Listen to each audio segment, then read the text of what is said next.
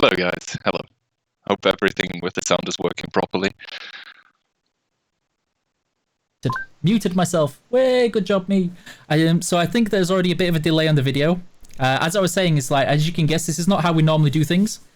Why so serious? Always serious. So what you didn't hear me say was this is pretty much figuring this out as we go. Hopefully we can get all of this going. I'm having to fix things as we go on my own.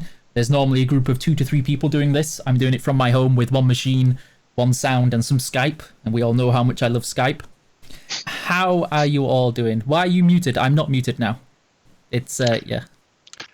It should be sorted now, I guess. I think it's okay. I think there's some delay, unfortunately, with the audio and to your video. I'm going to see if I can figure that out as we go along. How is everybody doing today? Nice tie. Oh, yeah. I've got sweatpants on the bottom and shirt and tie on the top. I guess we're running the same outfit then. Sweatpants for life. Yeah, I do know that his sound is a little bit of an issue. It's something I'm gonna need to sync a little bit if you bear with me. But yeah, hopefully everything is okay. Again, because it's got to go through Skype and then I've got to go through into OBS, it's going to take a while. We will have the game come up once it's ready through a clean free from Svitman. It keeps buffering, so hopefully that doesn't keep happening. Yeah, what are you expecting from today, Keyhand?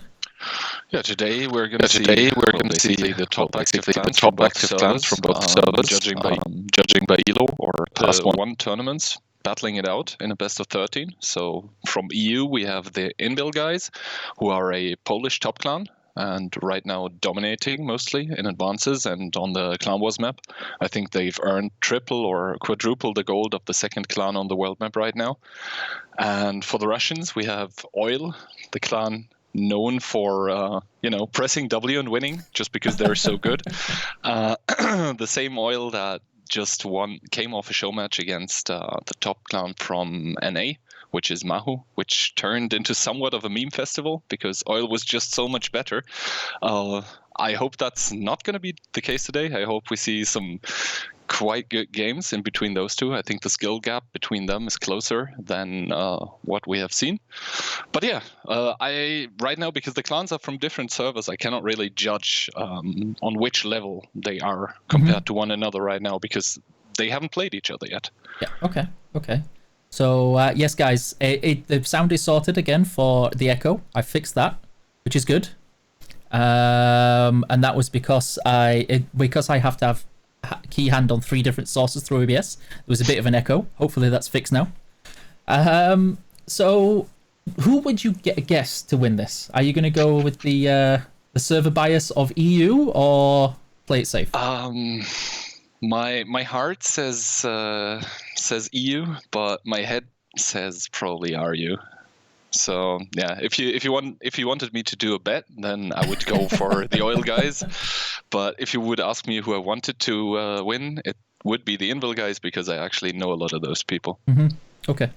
Yes, I know the video is out of sync. I've got to work that out once I know for a fact the stream is going to work because right now it's just got versus at 1700.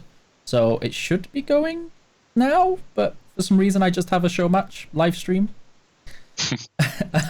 So hopefully that's fixed soon. And then what essentially I'm going to have to do is I'm going to have to take and reroute a new audio and video device for Keyhands on my OBS while we're watching. So Keyhand's here to do all of the expertise and casting because I am nowhere near at the level of knowledge for show sports and all the rest of it that I need to be lately. And so I'm hoping to learn a few things from Keyhand and his awesome casting skills. Yeah, we'll see how it develops out. I mean, if we want to go a little bit into detail right now, I mean, obviously the pick and bans for this match have already been done. We're going to see some quite interesting maps, obviously tournament maps that we all know and love from the past tournaments. And we're going to start off with Himmelsdorf, then we're heading into Cliff. The next one is going to be Ensk, and if we see more than 7 matches, as this is best of 13, first to 7 points, obviously, the first one to win 7 rounds will take the prize basically. Then after Ensk we can see Mainz, Proko, Sandriva, and the tiebreaker, if it comes to it, would be Morobanka. So yeah, I think we're in for some quite exciting gameplay today, as especially the first few maps like Himmels, Cliff, Ensk. They're not known for long games or unexciting games. They're known for immediate brute force gameplay from both sides. So I think that's great. I am quite interested, having seen how strong Invil were when we last saw each other. I can't remember how long ago that was now, but Invil really did do a strong showing, especially on Himmelsdorf, when I think it was it DV that they were playing against? I think it was well, I'm not sure anymore actually. I would need to look that up, but they actually battled some top clans and they looked convincing doing it. I think they won against DV and they lost only to CSA, I believe, who later on lost the finals against Fame. So yeah, and that was quite some time ago, as you mentioned, so they will have had some time to improve, and I would, like, my best guess is if they are playing on a stage like this at the moment, then they will have prepared for it. They won't, just come online and say, here we are, let's see what this brings. They will have actually done something to prepare for this. Okay, and how would you have gone with this preparation for this? Well, there's several stages. Like, first of all, you maybe check the past VODs of your enemy's clan. Obviously, you want to know how they play, what style they play. Are they prone to using a lot of artilleries? Are they prone to using a lot of EBRs on open maps? That's first of all what you want to find out. And then the FC and some very trusted players will normally sit together on TeamSpeak and think about how to best counter the play style of the enemy. Obviously, you cannot counter the tactics that they will bring, but it is very hard for clans to switch their play style, and thus you will try to react to what your enemy might be most likely doing. I think I might have just broken. Okay, we're okay. Sorry, I got distracted there as I was trying to sort out your video a little bit. I changed something, and then instantly it stopped, and you stuck on a very awesome facial expression. Oh no. Anyway, as long as it works now. Unfortunately, it didn't change the sync. It just gave everybody a good chance to clip it with an amazing facial expression. So I do know the whole checking through the VODs and hopefully trying to maybe kind of see how they actually play through tournaments and everything else like that. Would you at all try and work out any scrims with teams that they either play against or know them very well? I wouldn't necessarily try to play against teams that know the enemy team very well, because in the past it has happened, because there are so many people involved in a scrim, obviously, there's at least 15 on each side, that many times some of what you're trying to do gets leaked. So what you will try to do is you play against your own friends, the people that you know well, and you maybe ask them to do one or two special things that you know you will be playing against, and then you try to see how your tactics work against that. Okay, so I didn't know about the leaking thing. That does make sense, because I know that does happen, unfortunately. Okay, I know that was a tactic in Ye Olde and WGL, where I know many times clans would try and play against each other in preparation for it and trying out new tactics, but also trying to play against teams that they knew would either beat them at certain maps and then see if their tactics could do something similar. So, well, that's obviously the purpose of a scrim, right? To get better. So you will try to schedule scrims against teams or clans that you know are good on certain maps, and then you try to play against them on those maps exactly, because you want to learn what you still have to improve there. Mm-hmm. So you'll be happy to know you're now in sync. Nice. So it took a little tweaking, and I had to change a couple of settings on the fly. Well, I guess with the amount of things you have to do right now, that's quite some multitasking going on. So it looks like they're just getting ready for the game. I think they're just signing up the teams now, and they seem to be okay. Yeah, it looks to me like there's 10 seconds left until we should load into the first game. As I said, the first map is Himmelsdorf, and I don't know if y'all guys know how the pick and ban works, but basically first some maps are banned, and then one team picks a map, and the other team gets to decide whether they want to defend or attack first. We have a little problem here. Oil only has 14 players, but we'll see if we get a restart. I was about to switch over, but I'm like, okay, we'll wait. Well, maybe a little bit. We'll see.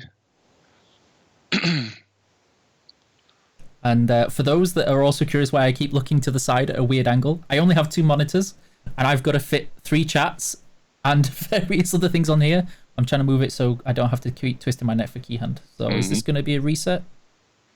It doesn't look like it. Both teams are driving, so yeah, maybe switch over. Okay, here we go. Here's the in-game view, and Keyhand is going to have this.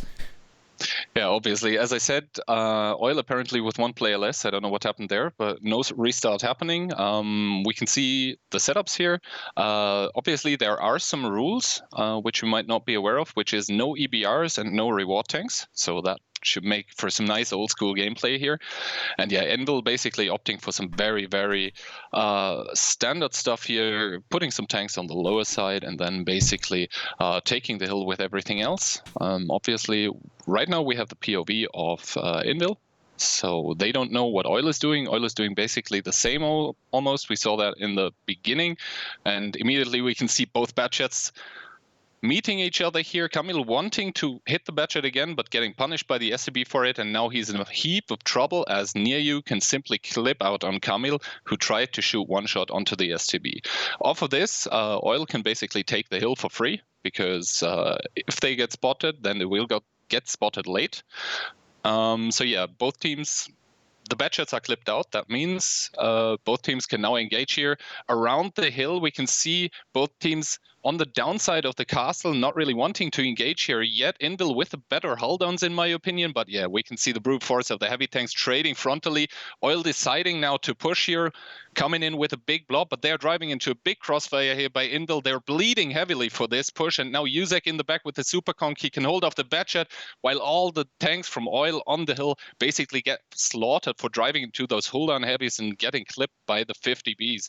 And yeah, here we can see Invil already with a big HP lead of almost 6k. Rujek can now pick up the Batchet with a 50B, and from there on the hill at least, it should be a mop-up operation for Invil, who simply waited for Oil to do that push, and Oil didn't have enough tanks apparently to deal with what Invil was doing on the hill. If we're looking at the minimap right now, also Invil seems to be having the upper hand on the downside of Himmelsdorf as well. They have more tanks, and now they have the hill. They can support the tanks on the downside by sniping from the hill. Oil obviously realizing that they're keeping most of their tanks in 8 lines, so they survive longer. But if we take a look at the HP, I mean, it's 15,000 to 3.5k. There's not going to be anything happening here for the side of the Russians. Would you say Oil got a little bit cocky there, having taken the Batchet out so early? Yeah, I think because their Batchet got to clip out and overpeak onto Kamil, he also got a real good look to what Invil might have been doing. But Invil was doing it very smart with the heavies approaching to the hill. They were staying very far to the left, which meant they were very low, and thus they weren't spotted. So probably Oil was probably thinking Invil was having less tanks on the hill than they actually did. Mm-hmm.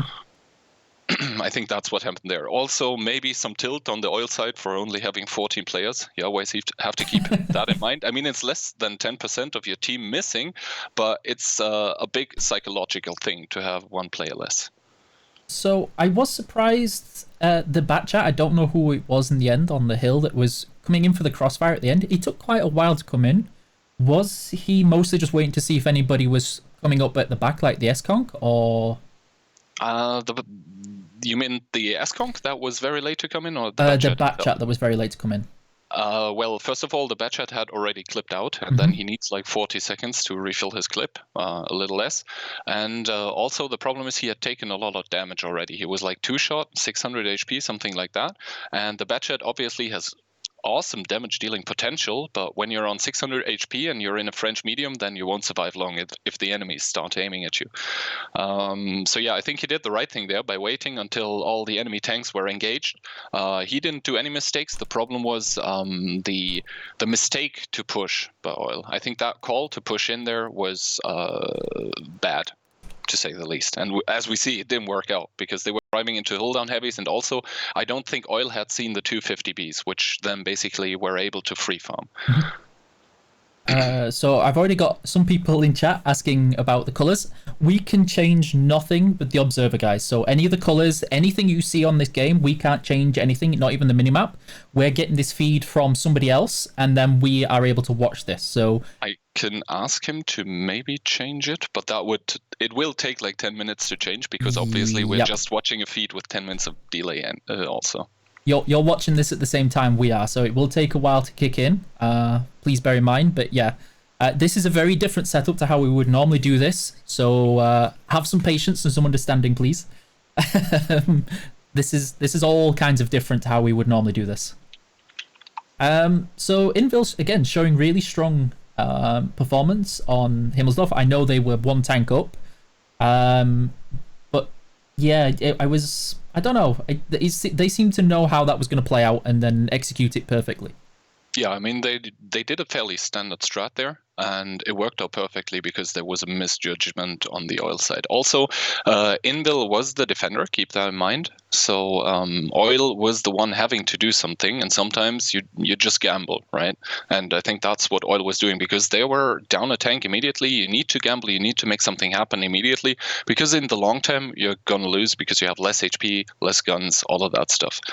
But yeah, now hopefully in the next game that is coming up, we see Inville on the attacking side, which basically just means the side switch, and hopefully we have 15 players on each side, as we do just now. Yeah, I guess it was just someone being not careful. I mean, many people have had it happen to them. When you press the space bar and you're in the team selection, then you're suddenly unready. That has happened to me once or twice. Anyway, we see Inville coming onto their defensive side with a lot of 277s, some 5As, double Batchat, and a Super Conqueror, while for Oil, we see double 50B, double Super Conq, one Batchat, one 268 a lot of 277s. So far, pretty standard setup, but we have a 60 TP. We'll see where this one comes into play, probably in the 8 line, spamming some HE. And yeah, as we can see here, the attacking side, we now have the vision from Oil. And we see basically they're not committing as heavily on the hill as Inville was, and now we have the Inville view here. Obviously, with the double Batchat, you wanna take that hill right away. The 50Bs are not fast enough to deny the enemy Batchats from going up, and that is exactly what they will be trying to abuse. However, if you see now, at the moment, the square is getting taken from the Oil heavies fairly aggressively, and at the same time, they should have enough power with the 50Bs to overpower those double Batchats on the hill and just secure it for them, and then the 277s in the square in the middle are completely secure. Inville obviously directly reacting, pushing up some 5As on the 2 and 3 line, which we cannot see quite there. But yeah, some issues with the observe. But I think just a few. I think somebody's having some fun. Oh wait, there we go. There we go. But yeah, here we go. We now saw Inville taking those positions in the 2 and 3 line, and those positions in the long run are going to counter the square, which Oil took. So they need to push out those Wheezies and at the same time apply pressure everywhere else on the downside. And that is exactly what's happening here right now. The shots being traded left and right, and at the moment it's only about focus fire and penetrating your shots on both sides. We can see Piotrix here trying to cross over, trying to deny the 277, giving the crossfire, however, getting tracked on the cross and bleeding a lot for it, bleeding heavily. And yeah, at the moment, no side really winning. Oil with a slight HP advantage, also having the hill one. That is going to come in quite heavily on the D line, as Inville is going to start bleeding there. But at the moment, Inville can maybe still pull it back, but they seem to be having the worst positions, as Oil simply has the outside and can always react onto peaks that Inville is doing right now. And for me, it seems that Inville was not quite prepared for the aggression that came in from Oil on the 1-2 line and the hill as well. Yeah, obviously with big brawls like this, where every tank is engaged at the same time, it's super difficult to keep track of what's happening, especially when you're flying around. But yeah, the problem here was, I think, that the individual trades did not go in Inville's favor, maybe indicating the superior player skill for the Russian side. But other than that, I don't think Invil was prepared to deal with all-out aggression immediately. I was surprised. I don't think I've seen that square push like that in such a long time. It's been a few years since I saw that. Yep. And I think it has been a few years for Invil as well, judging by their reaction. So it looks like it's just a simple case of mopping up right now. I was a little bit surprised that they managed to win the hill so comprehensively. Maybe I missed something, a tank dropping down, but... I don't know how the timings went on. Obviously, the timings are everything with clip tanks, but it was the case that Oil was sending up one batchet and double 50B. So you have 3 clip tanks, and if you get the jump onto those batchets and the super conch in the back, then you simply focus out the batchets, reload your 50Bs, and rush the super conch. So if that was the case, then it was a fairly easy execution for Oil on the hill. And yeah, here we can see Lannister coming in with 11, 11, 11. Apparently, the engagement on the hill just went super good for Oil due to timings, I would say. Server not having that much damage, but then again, he did 4 kills. So I'm not sure how he managed to. How did he pick up any team damage? I'm so confused. I think the last thing happening that last match was him actually team killing someone, probably with the last shot from his clip. Okay, just curious. Although that might seem odd, that usually is a sign of actually a good atmosphere within the team, because you're having a giggle, you're having a joke. That's how it should be. That's basically also what keeps your spirit up, right? If you have a joke in between, then perfect. Yep. I've seen that plenty of times, usually with Daki and him pleading for his life at the end of the game. Yep. They need to be careful, though, as this is special matches, which means you can get banned. If they do that too often, then... That's why I was curious. I was like, that's brave. Yeah, you could see the blue one, I think, in the battle results screen. So it actually was registered as team damage. So if he does it again, someone else might have to step in for him. Yep, that's I was like, because hasn't that happened before with one of these matches like that somebody like didn't think about it and then it's like, oh yeah, okay. I would be very surprised if it hasn't happened already. So again, just to repeat to those that are asking, we can't change the colours. This is down to the observers. We're getting a feed from somebody else. We're not spectating this in the office as we would normally do it. This is essentially somebody observing a game across the internet, then they're sending this signal to us across the internet, and then we're taking it and sending it back to you over the internet. With commentary. With commentary. The quality isn't going to be 100% in terms of feed, but what I can see, it's not too bad. The minimap isn't the greatest. Yeah, the problem is that Oil has those black icons on the minimap, and on Himmelsdorf they don't work very well. Yeah. But as the next map, the upcoming one is Cliff, which is a much brighter map, also with a minimap. We should be able to differentiate it better. Hopefully from now on. Just because I'm seeing a lot of these comments in chat, I don't know how they are for you. Yeah. Well, I have the clean feed and your channel open, so okay. I'm trying to follow, but it's it's a lot to follow at the moment. Yes, because I can see that that there's people in YouTube, of course, just not behaving and spamming again. I'm assuming he's joking, but we'll see. Okay, so I'm surprised by the Leo 1. Well, Cliff obviously being normally a map where both teams want to trade it out in the middle. As defender, you still have the option not to take the engagement, sit back a little. By doing that, obviously, you give up a lot of space to the attacking team. However, there are some really, really good positions which you can use. Like I can say now it's A5 and K5 that are both very interesting positions for the Leo. We're going to see that in game, but yeah, there are. It used to be STRVs being used, but now after the rebalance of the Leo, which gave it a lot of love, the Leo is a very, very viable choice even for competitive play on maps like Cliff, on maps like Proco. It is just so good. Like the gun is a dream. Much needed love. Yes, it needed that. I mean, the same with the STB. We see STBs getting picked here. They are simply getting picked due to having crazy DPM and having good gun depression and a fairly reliable turret. So, yeah. I mean, it's nice to see that after a rebalance, tanks suddenly start to get viable again in competitive, and you don't have to watch the same tanks battling it out every day for like, I don't know, 5 years. So that's very nice to see. Yep. I don't know. I don't think I'm that used to seeing so many kind of, I don't know how to say it, but squishy, kind of fragile tanks on this kind of map. Yeah. The meta right now on Cliff is fairly straightforward. You try to get the enemy to shoot your tanks that have armor, and at the same time with your DPM monsters, you try to farm the enemy squishy tanks. And whoever gets to do that better wins. That's That's the short explanation.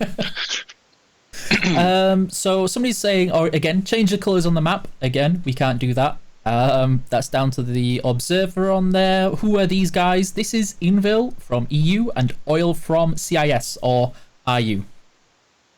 Yep. And as we mentioned already, Invil is right now one of, if not the best EU clan right now, actively playing Clan Wars. And Oil is just the top clan, from the dominating clan from the RU server at the moment. There is, I think, no one that can really stand up to them at the moment. Mm-hmm. So I'm just reading some more chat on that. So, somebody's saying that EU has hacks, so I'm still going with it with his interesting name. Okay. Some more, okay, YouTube chat's going a little bit crazy right now. How is everybody doing? How's everybody in chat expecting these games to go? So it is best of 13. Who do you think is going to pull this one out? Invil or Oil? I already gave my prediction, and I said I'm split. My head says Oil, my heart says Invil, so I guess it will be up to yourself to decide which one you hold it with. As we hop into that next map, though, it is 1-1, all tied up, so let's see who will pull ahead here. At the moment, we have Oil attacking on Cliff. Mm-hmm. And from Invil, we see the Leopard coming in, some 430Us, some 277s, a lot of STBs, and one T100. On the Oil side of things, we have the Batchat, one T100, again, a lot of STBs, 5, and then the rest is filled up with 277s.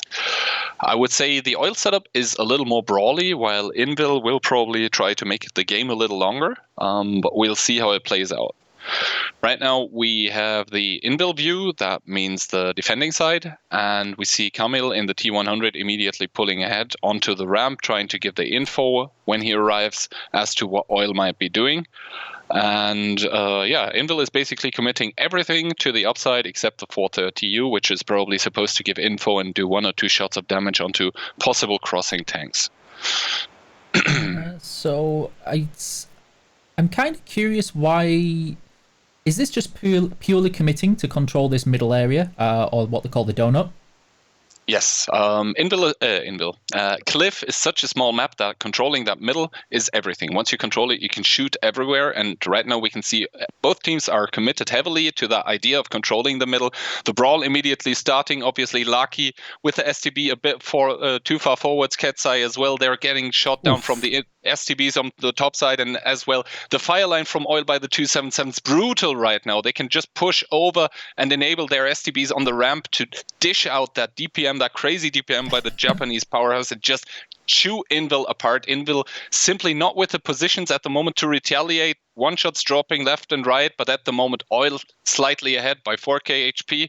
And some full HP STB still there to dish out that DPM to finish off the Invil tank still in the middle. The Leopard 1 in the back farming, obviously, but I don't think his DPM is going to save the day for the EU clan here, as Oil is simply wrapping it up here, convincing HP lead by now almost double of what Invil has, and more than double the guns. So yeah, there is no way out of defeat here for Invil. Camille obviously on the hill, still climbing around, trying something, but it's not going to be enough. He just needs to get like 8 ammo racks and he'll be fine.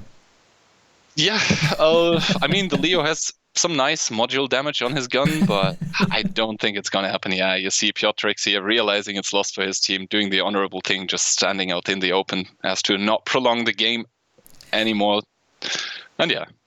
Quite convincing victory by Oil. I mean, they didn't win by much. It's only 6.5k HP, and I say only 6.5k HP because if you get some lucky fire or some lucky Amarak, then it might swing the other way. If you get that immediately at the start of the brawl, then obviously that gun, that HP starts to be missing directly from the start. So if RNG goes a little differently, then this might be Invil's match. But Oil obviously with a positional advantage here, clawing ahead 2-1 for the Russians. There were a lot of last shots that unfortunately didn't go Invil's way, but I don't think they were quite, like you said, they were going for a kind of more long drawn out game, but Oil was so unadulteratedly aggressive to the point where I even saw like 2 or 3 tank shots ramming the enemy tanks just to try and help with the more damage. That was pretty interesting. Yeah, the problem obviously that the 277s have that are ramming the enemy tanks because they're heavier. They do have a lot of alpha, 490, but they don't have a lot of DPM. They reload like 10 seconds for 500. That's not great. And on the other hand, you have those STBs, which reload like 6 seconds for 360, and they can spread their DPM out better because they have lower alpha. Also, what we just saw on the battle results screen was that basically the 277s from the Oil side, they didn't do a lot of damage, but they're not supposed to do that. They're supposed to soak up the shots of the enemy team, and the STBs that were positioned on the ramp, they were able to farm. So the plan that Oil had for this match went exactly how they wanted it to. And obviously, Invil wanted it to take a little longer to probably use the Leo 1 more, and yeah, that didn't work out because Oil did what they do best. They pressed W and they won. And you called it at the start. You definitely called it at the start. Well, everyone knows how Oil plays. They press W. I was a little bit surprised that I imagine that it was probably not counting the tanks, but they had 2 tanks out of position. I can't remember what they back chat on the one line, and I think it was an STB that they took a little while to realize that Oil had committed absolutely everything to the donut. Was that delay mostly trying to keep it safe, or was that just purely thinking that, it's just a little bit of slow? Well, the Leopard obviously was in the back, and on the downside, it was a 430U. And that 430U was not there really to do damage, but it was rather there to survive pretty long and to give a lot of info in case Oil decides to push the downside. Yep. But as Oil obviously opted for the more aggressive approach, let's say it like that, the 430U was out of the game and was useless, and obviously the Leo 1 cannot share HP either. So Invil was by default basically down 2 tanks. Yep. Anyway, next match, we have now Invil attacking into Oil's defense. We can see Oil here not really switching it up. I mean, we still see the bat shot. We see double T100. That is very interesting. The 5 STBs and filling it up with 277s again. On the Invil side, we have Piotrix with the TVP, very interesting. Probably for the lower side, we have only 1 T100. We have 1 Batchat as well, 5 STBs as well, and also filling up with 277s who are just supposed to, stay there in the middle, be held down, take the shots, and dish out some alpha damage once in a while. And yeah, now we see the Invil, the Oil perspective, and we see Ex-Vredina, in his T100. Obviously, he's going middle. The other T100 opting for the downside to give the information, and Ex-Vredina is getting backed up by a Batchat here. He will try to get onto the ramp and see what Invil brings into the middle. I'm curious to what they're going to do with the TVP. The TVP is probably to counter some position. We can see the TVP very aggressively here, and now he will peek out between the stones and clip onto the Batchat. So that's a nice play by the TVP. However, he needs to be very careful, and he wasn't, as all of Oil suddenly is there to simply punish him. There's 1 tank down and out of this game, Piotrix. That was a personal misplay by him, and as I would say, but right now we have to focus on the game as Oil, again, with that brawling line of the 277s on the lower side. However, this time Invil sort of seems to hold. They are winning the upside with the TVPs on the ramps. That is very important. And now it's just a big cluster of tanks just shooting each other, trying to focus out the low HPs. But we see it right now with the better end for Invil, as they still have those STBs on the upside, being able to freely select their targets and bring in their DPM. That's it. That is what is Invil. That is what's winning the game right now for Invil. And Oil seems to be taken aback by their own aggression. They pushed too early with not enough HP. They got that initial kill on the TVP, but then all the 277s were on reload, and I don't think they pushed late enough for them to reload. I think they just went in because someone screamed, "Let's go!" I need to see But this. yeah. This time Invil with a better positional game on the hill with the SDBs, them being able to farm. It was basically a mirror matchup except for the TVP doing funky stuff. Come on, push him off. Okay, never mind. I was hopeful. Yeah, he was completely stuck there. I guess just like in the last round, Oil had a tank out of the game this round. So I'm going to call Piotr there was sacrificing himself to lure the enemy in with a false sense of security. That's what it was. It was all genius plans. If you win a match like that, then you can say that. If you lose a match, then your FC is not going to be happy about your actions. I guess he just didn't expect the team to be there just that quickly. I mean, the STBs, they have the advantage of having a very good power to weight. Thus, when they drive up the hill to get into the middle, they don't lose any speed whatsoever. They're there almost immediately. The TVP is only 5 seconds maybe faster. And we saw he got to clip out. That's basically the 5 seconds that he was faster, and then the STBs were there and shredded him. But we're tied up again. I think it should be 2-2 now. Yep. To be honest, I didn't expect that to happen. How could you? Is that because you're expecting Invil to just win it so hard? My heart was yes. Oh, rip. I'm not sure if this is going to come back. Let me just switch the screen while the stream comes back up alive, guys. So yeah, how are you all finding it so far? Well, I'm liking it. I always like when when the tanks are positioned aggressively, when you immediately get action. I'm not a fan of those tactical waiting matches that we have already seen in some show matches. I'm not going to call out names here, but some of those matches were not that exciting to watch. Let's say it like this. But right now, I haven't been disappointed yet. Every match was just tight-packed action from the start. So yeah, I'm glad I'm watching this right now. Okay, so I'm being told by somebody in my chat that he's changing from the black markers on the minimap, so that's why he's had to stop and start again. EZ says your outfit is amazing. Somebody in my chat, he loves your outfit. He says that it's amazing. Thank you. So how is everybody so far in chat? Who are you expecting to win? So far, as everybody's, because the last time I asked, everyone's got Oil. Now I'm wondering who they think is going to come out in the end. Yeah, watching your chat as well. We'll see. I mean, 2-2. So far, both teams managed to win the games that they did quite convincingly. I mean, there were no close matches, really. There was no one player carrying his team to a victory they shouldn't have won. So far, it was just... the tactics on both sides working out for the winning team at that moment, and the losing team not being able to retaliate or to react in fashion. That's what we saw so far. However, the next map is Ensk, and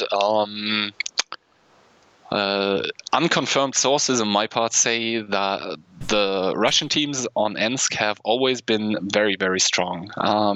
Like 5 years ago, it used to be Himmelsdorf, just the go-to map for Russian teams. But ever since Fame actually won the Wargaming Fest in the tiebreaker on Himmelsdorf, it was Ensk. I don't think any EU clan has been able to beat any RU clan for like 3 years straight on Ensk. So we will see if Invil is able to break that streak. Hopefully for them, they will be able to. But yeah, we'll see.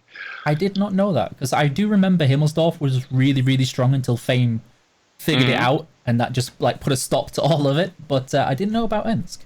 Yeah, Ensk is I don't know. They also have a different meta. Like right now on EU, you play mostly with obviously in advances you play with reward tanks, but you can sort of transfer that into tech tree tanks as you go along. You mostly play with chieftains, 279s, and some TDs on the rails. On RU, however, they have some different approach. It's called the tactical 10 TD on the rail, which is pretty straightforward. As the name already suggests, you just pick 10 TDs with good frontal armor and you put them on the rails and you just out-trade the enemy. And at the same time, you take 5 fast heavies and sort of take the green, push the field. I don't know. Some EU clans have adopted that strategy already, obviously, because they see what's going on different servers, but to varying success. I have already seen European teams lose with 10 TDs, so there seems to be something that the Russians are doing different than the EU clans. I don't know what it is. Maybe we'll find out. Hopefully. Share all of their secrets. Mm-hmm. I'm sure. I mean, obviously, in show matches, you will bring the best tactics you have, right? You're not going to hold anything back for a possible later date. You're going to want to have to show what you can do. That's what show matches are for. I would hope so, but I do remember the old days of WGL that half of the tactics was not showing all of your tactics until the end. Yes, but this basically is the end at the moment. This is not qualification for something. This is the something. I just remember the old days. You would have people saving tactics, and they would say, "Oh, we were saving this tactic until this round or whatever," and then they'd be out, and you're like, "Well, why save it if you're just gonna get kicked out anyway?" So. Yep. Yeah, I mean, there was a lot of internal stress in those teams for when those tactics should be used. And obviously, when a team would drop out, then the caller in that team would have to answer to his teammates why he didn't use it. I do remember those days. Those were interesting days. Indeed. Also fun days to watch. I love how Svitman is being amazing and sharing our Offspring bundle in game. Just keeping it there for everybody to see while the teams get readied up. It shouldn't be too long before we get in. Oh, there you go, guys. There we go. As we can see here, it's actually not 10 TDs for both sides, but let me just count real quick. For Invil, it's actually 7 TDs, a lot of the E3s, E4s, 1, 2, 6, 8, 4 probably for spotting with the speed. On the oil side, we have 1 TD more, also with that 2, 6, 8, 4 coming in. Then we have a 430U for oil, 4 Super Kongs, a 705A. Some might remember from the last tournament, it was capable of doing amazing things on Ensk, and random style with the IS-7. For Invil, other than the TDs, you have some 5As probably for DPM, double 705A and double Super Konk. At the moment on Ensk, Invil is attacking in the first round, which basically means they have to make something happen. They have to take the rails more aggressively if they actually want to take them.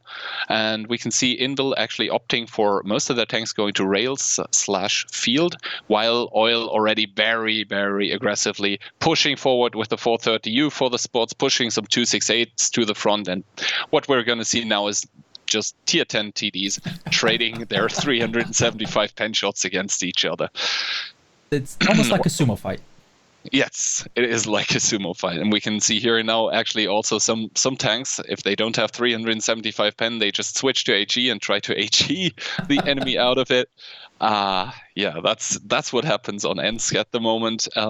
As all of this is happening right now, though, Invil is feeling it out in the city as well as on the field. So it's not just stupidly bashing heads against each other, although for most of the teams it is just that.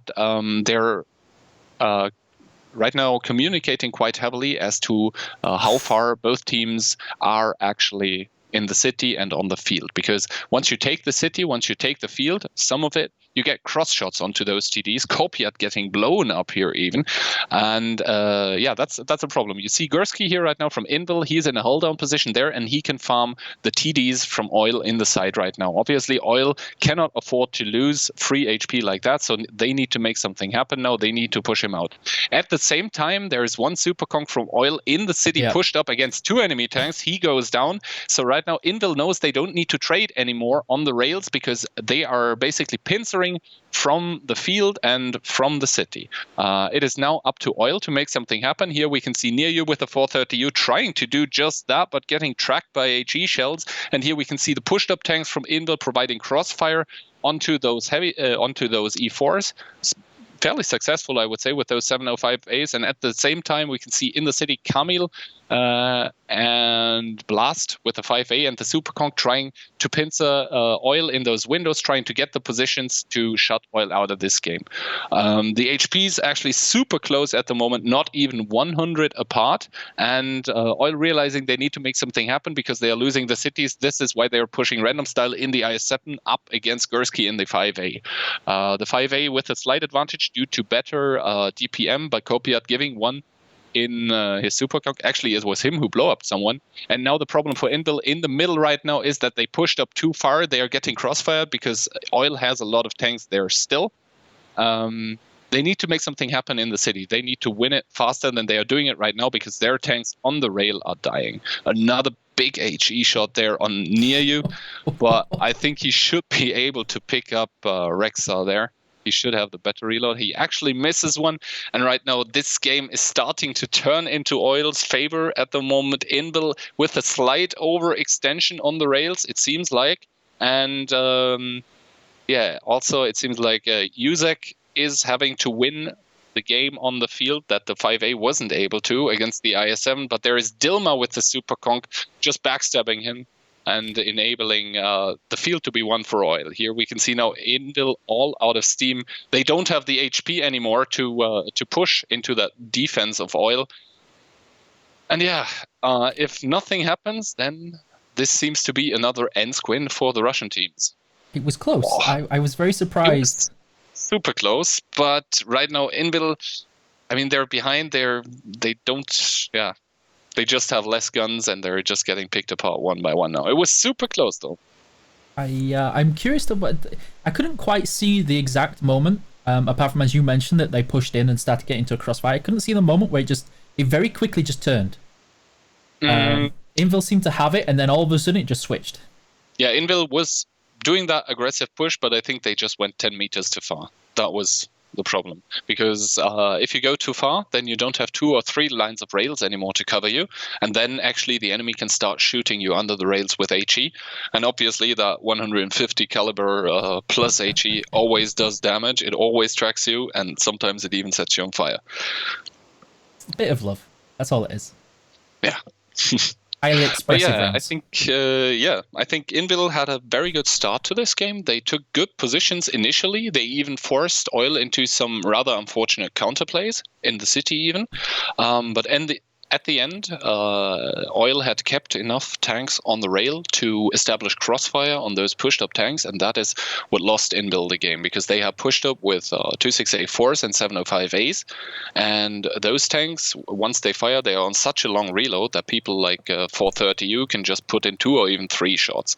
Also, Kopiat there with 5k damage. He didn't get blown up, as I thought. He blew someone up, and then he was still there to provide crossfire. So great play by him. Just realized I didn't put the sound on the stream. I muted everything. Oh no! I hope we're back. No, it's I was on about in terms of the game sound. I do apologize about that. I muted everything because I have so many windows open. So yeah, I just realized it's like, why are there no explosions? Oh yeah. So looking like less TDs this time. It's looking like it, but then again, we're seeing the Invil perspective. As I already mentioned, Invil, it is Ensk right now, the strongest map for Russian clans, I would say, at least from the showings we see against EU clans, and Yeah, so I would be actually more interested in the oil lineup, but we have to go with the Invil one. It seems like a lot of 5As. Those are very aggressive tanks. They lack armor, but they counter that with a lot of DPM to work with, combined with nice penetration values on the heat. So yeah. There's 55 seconds more, but it'll be very interesting. A lot of 5As or fast heavy tanks usually suggest some sort of push. I don't think you can push the city with 5As, so we'll probably see Invil going on the field. Ooh, some last minute changes. Mm-hmm. No. Okay. Just curious to see, because I'm curious, because they seem to want to try and adopt the oil approach there, and maybe they're just going to go try something a little bit crazy.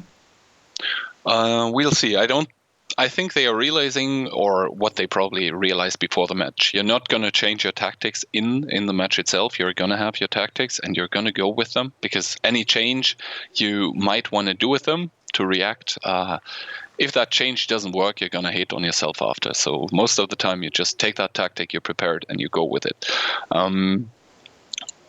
But yeah, I think Invil already knew they cannot beat Oil probably straight up in that Rails fight, because Oil is just so good at it. So they're going for something else here at the moment. I mean, we see the lineups here. Invil with actually 4 268-4s, double Super Conch, double 277, and the rest is just 5As. So actually just brute pushing power here for Invil. For Oil, we have those E3s, E4s that we are used to from the last match. We also see a 268-4 for the spots, for the TU, the same. Some heavy tanks as well. And if you notice, there is actually an IS-4 coming out for Oil. Haven't seen one of those in quite some time. So guys, you have sound. Oil being up right now 3-2, they now have to attack. They have to make something happen here on Ensk, and as we can see, this looks like some city action here from Oil. They're taking the rails with the TDs, but they're pushing their heavies very aggressively. Invil, unaware of this, they're leaving some tanks which are very vulnerable in the city if you focus on the minimap at the moment. And they're pushing actually the field like really, really hard at the moment with those T6A4s, with the Wheezy 5As. They're hoping to catch some of those Oil TDs which are posted on the rails. They're hoping to catch them off guard. There's a lot of Invil tanks spotted right now, but I think those are the ones in the city. So Oil does not yet know about that brute force approaching over the field. They're pushing up a lot at the moment with the E3s, but that means the E3s cannot shoot right now. And here we see the engage by Invil coming in, the 4 268-4s just pushing, just not caring at all. And we can see the 5As enabled by the shield from the 268-4s to just go in and slaughter those TDs. We see Demak put in the E3 immediately falling, and we can see those DPM monsters, the 5As going onto those TDs and just eating them alive. Oil obviously realizing they have a lot of people from Invil on their cap right now. They're pulling everything back almost, which enables Invil to counter push the city at the moment here. We see that big purple ball of Invil tanks right now just fending off the tanks from Oil that are coming in to defend. The HP actually slightly in the favor of Oil, but can they keep it up as they have more tanks singled out in the city? However, this might all not matter at the moment. If Oil is able to actually win convincingly with their forces at their own cap, then this might spell defeat here for Invil, who is falling ever so slightly in HP. Oil clawing ahead and ahead and ahead, and they're actually like 3k ahead right now. Those TDs off the reload, they give such an advantage every time they fire and connect, and it seems like this aggressive and really nice thought out push by Invil was received well by Oil here in this game. It's unfortunate because it looked like it was going to work perfectly, but Oil managed to pull them everything back just in enough time, I think, to help those last two tanks that were just before they dropped.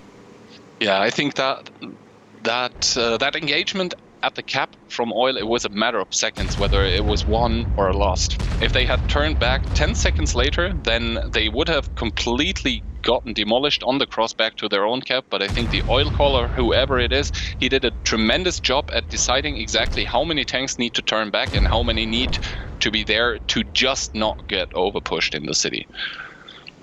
Come on, Camel. Amorex. Amorex only. You got this.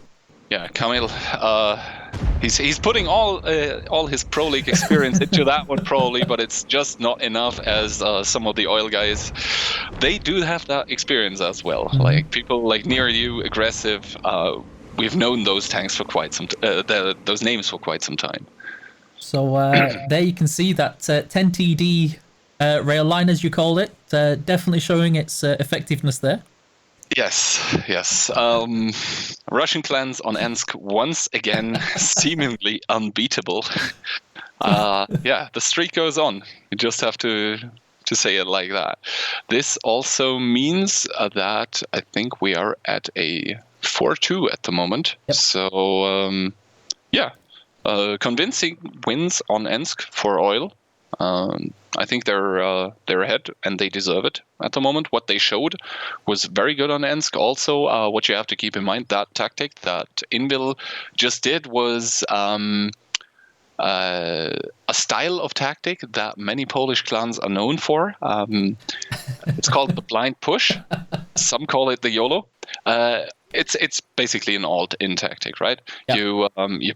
You pick a tactic, you execute what you wanted to from even before the game started, and it can work, but it limits your options in the later game. I mean, we saw Invil with the initial advantage there because the surprise worked, but then the setup that Oil had that was more suitable for Ensk just showed its strength, and also the reactions from Oil were so on point.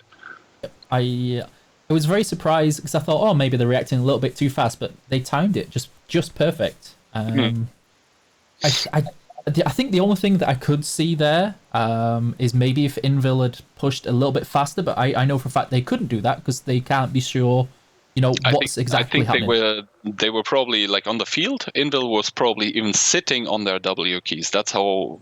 They were pressing them, but the top left, the city push. Oh yeah, they couldn't go faster. Yeah. Oil managed it to leave just enough tanks there to prevent Invil from over pushing, and that was what I was talking about actually. Oil split their forces so well that Invil couldn't overpush the city and couldn't break out of that pincer that actually happened at the later stages of the cap. Or of the later stages of the fight that was happening at the cap, because Oil was coming from every side of the city to help at their own cap. Naturally, they had crossfire everywhere, and because the push that Invil did that worked so well at the beginning, because they were able to push in and swarm the enemies, because then they got crossfired, it stopped working properly. So next up is everybody's favorite map, of course. Oh, next map up is another one where it should be quite fast games, quite interesting games, action-packed games. We have Mines coming up with Invil defending first, and Mines is actually the first map on which you can really camp or tactical wait and have an actual probability of winning. You can camp on Mines, but if the enemies react well and play well from the start, then 90% of the time the camp gets broken. So yeah, you can, but I wouldn't recommend it. Again, harkening back to the old days, I do remember when Mines was the nightmare map, watching it, just because everybody would end up on the mountains. There was boosting and mountain goating everywhere. I actually liked those times. I was one of those people on the mountains, to be honest with you. Oh. Those were the good times. But yeah, no, obviously. But you have to admit, with the climbs gone, there are a lot of tactical possibilities for both attacker and defender gone as well. Yep. Obviously, for random games, it is questionable whether climbs should be in the game. But for competitive gaming, it actually gave a lot more depth to what was actually happening.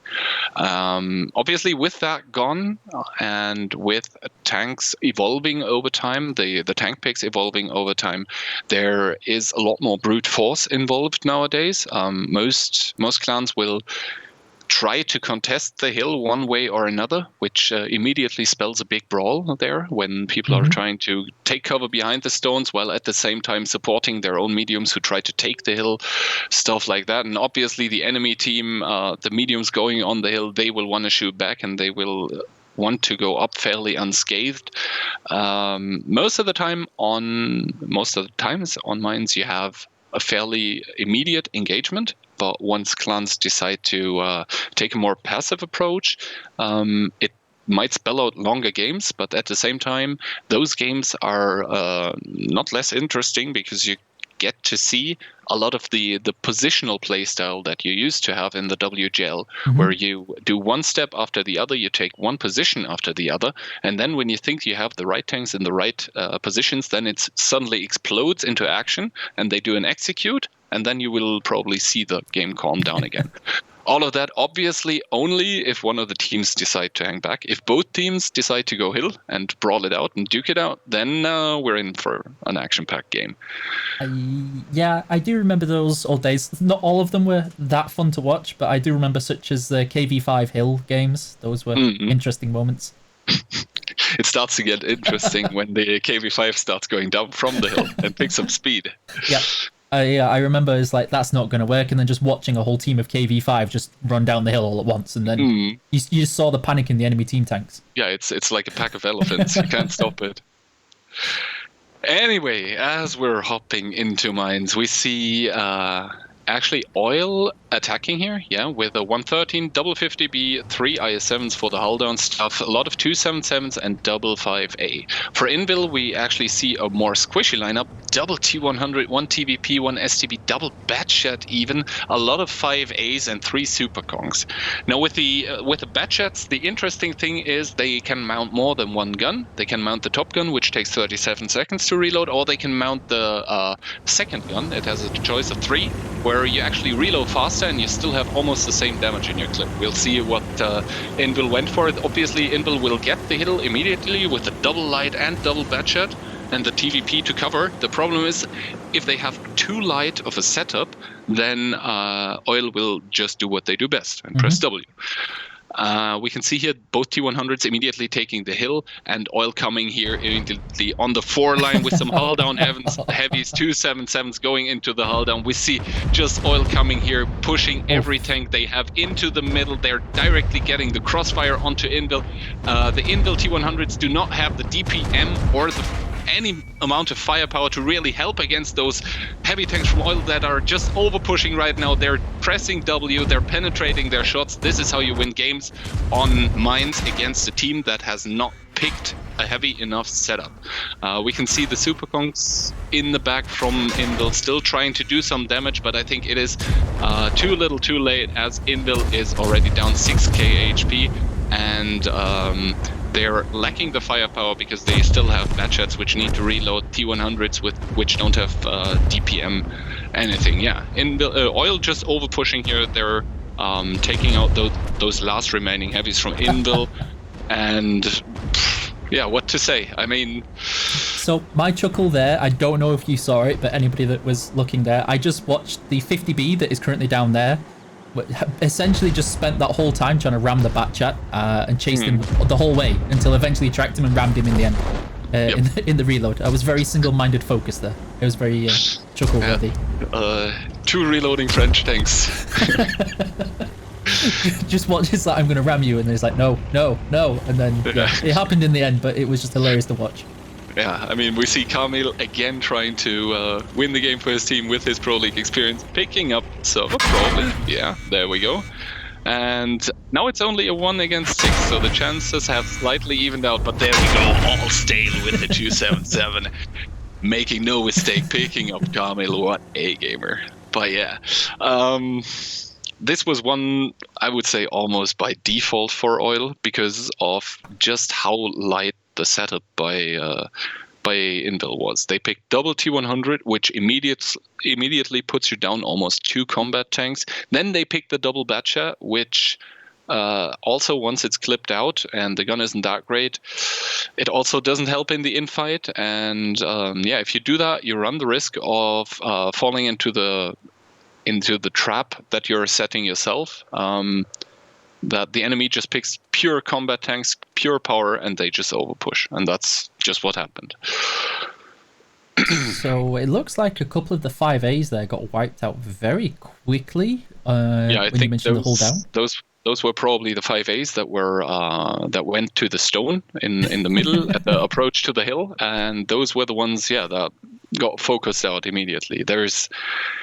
If you're in that position, there is nothing you can do against it. You just stand there and pray it's over fast. This reminds me actually of a Clan Wars campaign. There was quite some years ago. There were 2 mines maps directly beside each other, so you would always fight on mines, and both FCs would battle each other every evening twice on mines. So there were mind games going on. At the start, it was trying to take the hills with mediums. Then you realized lights are faster, and then they picked T100s. Then the next day, someone would come with a 13105 to clip onto the T100, and it would be like 3, 4, 5 lights even. The next day, someone would pick a Sheridan with a derp gun to counter the 13105, and the next day, MVPs came with 15 heavies and just overpushed you. This is the evolval of meta, basically. It's always fun to watch as you see the original and groundbreaking strats, and then it only takes somebody with a very unique idea to pull off something. It's not even fantastical. a unique idea. It's just we take tanks and we fight. And both FCs were so taken up with the idea of taking the hill that it didn't even occur to them that they could just push. But that's happened when you overthink stuff. That's probably what happened to Inbil as well. They were too deep in the EU meta, because on the EU server you mostly do take the hill with double light, and they probably wanted to secure that with a double batchat. But for RU the hill does not seem to be that interesting, as they just fight. So it'd be interesting to see if they do the same thing here. Yeah, we'll see. I mean, for oil, I would say don't fix it if it isn't broken. They will probably go for something similar. I mean, they are defending actually now, so they could opt for the camp, but instead, now they've gone for a triple T100. And double 5A, 4 super conks with a lot of DPM, and then 6 277s to back it up. Inbil has brought a 50B, interesting, a batchat, a lot of 5As, and even more 277s. So the setup from Inbil right now is the one which is a lot more brawly. The setup from Oil is a little slower due to the super conks, but also lighter due to the T100 LTs. So my best bet is if Inbil manages to do the same thing that Oil did to them last round, then they will win. But it's one thing to say how you should do something, and it's a completely different ballgame to do it, to actually pull it off. Yeah, and we can see here the triple T100 from Oil immediately securing the hill, being able to crossfire Piotr, already taking one by random style for even going into the hull down. And now we can see Inbil pulling the 277s into the hull down on the 4 line, and the 5As actually into the brawling positions to be able to use their gun depression. The Barbarian already eating a lot of shots, dropping down to 187 HP. That's a one shot, and we can now see Centi actually getting burned in this 277. Managing to pull back, however, Simon getting tracked and ammo-wrecked here. The 277s right now in the 4 line by Inbil not trading well, and the 5As not being able to overpush because there's actually 3 T100s hammering them in the side, and Demak Foot in the 277 still being alive. Inbil not overpushing at the moment with the superior DPM that they have, and keep in mind Oil actually has a timed out Super Conqueror, it seems like, in their spawn, not even participating in the fight. So yeah, Inbil right now behind almost 5k HP here. It seems like it didn't work out for them. They needed to overpush more convincingly to connect those shots on the low HPs, but they didn't. There's a lot of low HP tanks for Oil, but Inbil is just not getting to them. They have to peek, they have to peek into stationary guns, and that's simply not working out for them at the moment with the crossfire that the T100s are smartly putting right now there. The longer the game goes on, the better it will be for Oil, because they have the crossfire positions right now. We see the Indel guys actually going onto the hill but getting slaughtered for it. They realized they needed to make something happen, but not like this, as they simply get poked to death from every side. Indel now with 4k HP remaining. I mean, we see Camille here, nice penetrations onto Allstale, even tracking him. But yeah, it's not going to be enough, as Camille is now out of shells and almost out of tanks. We see a lot of... I mean, the one-shot management on the Indel side is good. You see all tanks that are still alive do have low HP, which means the HP sharing was good for Indel. It was just that they didn't overpush convincingly enough, because the T100s were basically able to win the positional game for Oil, and thus, Indel didn't win this round. So it looks like the back chat, Camille, I think it is going to stick it out. The 5As playing Ring Around Roses with a T100 LT. Mm-hmm. I think this is now where everybody's trying to make every inch count. Yeah, and also keep in mind, once Copiat fixes his internet connection, then this will be over anyway for Oil. At the moment, it's fairly close, because there is 2.5k HP almost missing for Oil, because due to the Super Conk not being there. But we can see even the T100 has enough HP to simply peek on the Wheezy, take the shot, and take him out. And now Gurski is in a world of trouble here, because the T100 is just going to get unspotted and peek him at some point. I'm surprised the 100 LT was pulled that off. That was pretty cool. Yeah, the Wheezy 5A was actually backwards side scraping, so he cannot really go back that fast. So if you wide peek with the T100, you're easily able to penetrate him. Mm-hmm. And oh no, it looks like this is pretty much secured for Oil here. Should be almost over. I mean, they did win a game with one man down now, after all, it seems. On Himmelsdorf it didn't work, but on Cliff it worked. I believe in you, Wizzy 5As. You got this. Never here. He's trying. He doesn't even have the reload for Allstale. Allstale knows he's peeking there. And Lex are now picking up Rujek and never realizing it's all but over. He's gonna go in. He's not gonna prolong it anymore. And yeah, if Copiat had woken up, it would have been even... Guns up.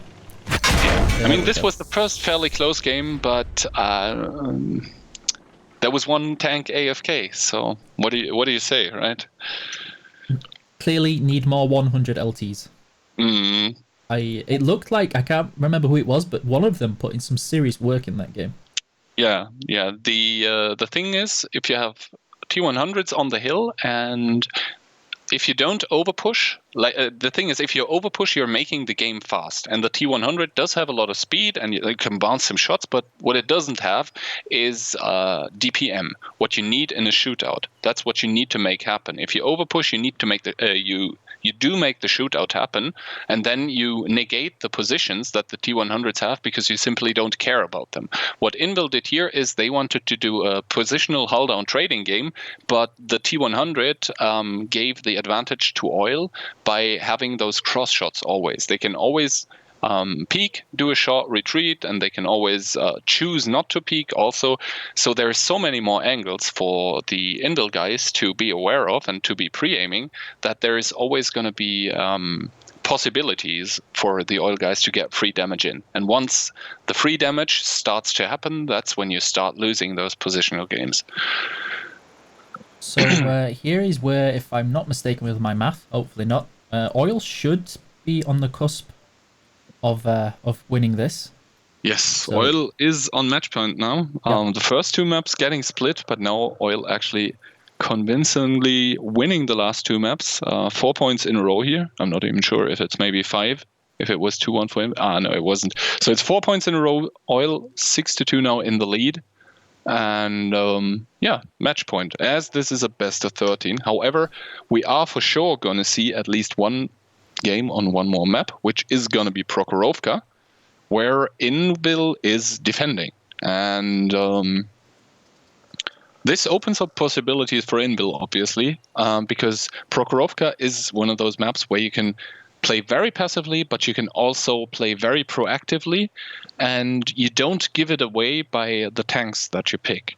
You can do a wide variety of things with the same setup, which makes it very hard to predict for your opponent what you will do. And yeah, also, as I mentioned earlier, the rules for this show match are no EBRs, so there is not going to be someone just YOLOing in and spotting half the team this time.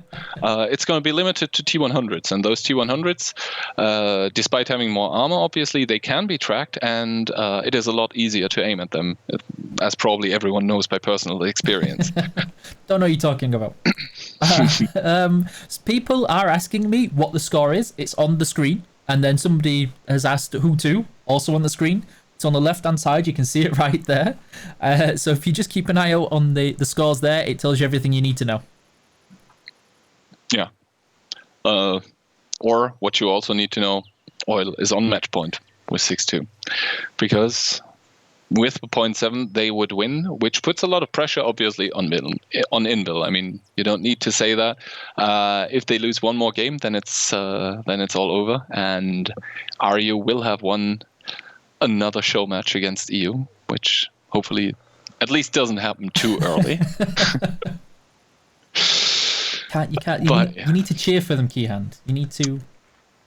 I'm cheering already for them. I mean, you probably hear me probably butchering most of it, but trying to pronounce it more Polish because I want them to win. And yeah, Rysiek is not in there, but yeah, we see. I'm struggling to find an opening to see how Inbil can claw this one back at the moment. They would need 5 points in a row. That's a lot, and that's a lot. Yep, that's. But not impossible, as Oil has just shown with 4 in a row. Yep, they can do this. I believe. Believe in them, chat. We need to see this. Oh, but despite there being like 2 minutes 30 left until the game starts, we can already talk about some of the tank choices that we actually see, because Invil, obviously not being able to pick reward tanks, they're picking a K91 right now, and a K91 is not even a tank you see often in randoms. Leave alone competitive play, but it actually has, I believe, the gun with the highest APCR shell velocity in the game. It's such a joy to play when you get to use the gun, when you get the spots by your team, when you get to farm. So a lot of it is going to be on Piotrix this game for Inbil. Piotrix, as you might remember, he was the TVP on Cliff. Let's hope he doesn't misjudge again. What are you expecting from the K91?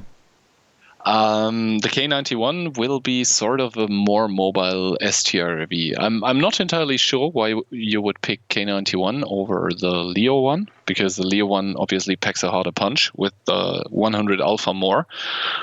Perhaps they're relying on the higher camo rating, or it is some special position where the gun depression is necessary, because the K91, obviously with a turret in the back, it has not that good gun depression over the front, but over the sides it has surprisingly much, I believe up to 8 degrees or something. So quite a funky tank to play around with, but yeah, we'll see. Yeah, I guess, as people mentioned, I usually see Leo 1s or sometimes occasionally STB, but STRVs as well. I think this is the first time seeing a K91 in this. I've seen it once, I believe, in some 7 versus 7 match when it was new, and some guy probably had a good random in it, and he told his caller, well, we need a K91, it's so OP. But as time showed, it isn't. So, yeah, it's going to be very interesting what we see here. Other than that, I'm going to run over the Inbil lineup really quickly. We have a 2-6-1, obviously Prokhorovka, quickly aiming arty, very fast firing. You even need to be careful not to run out of shots, because it has so few.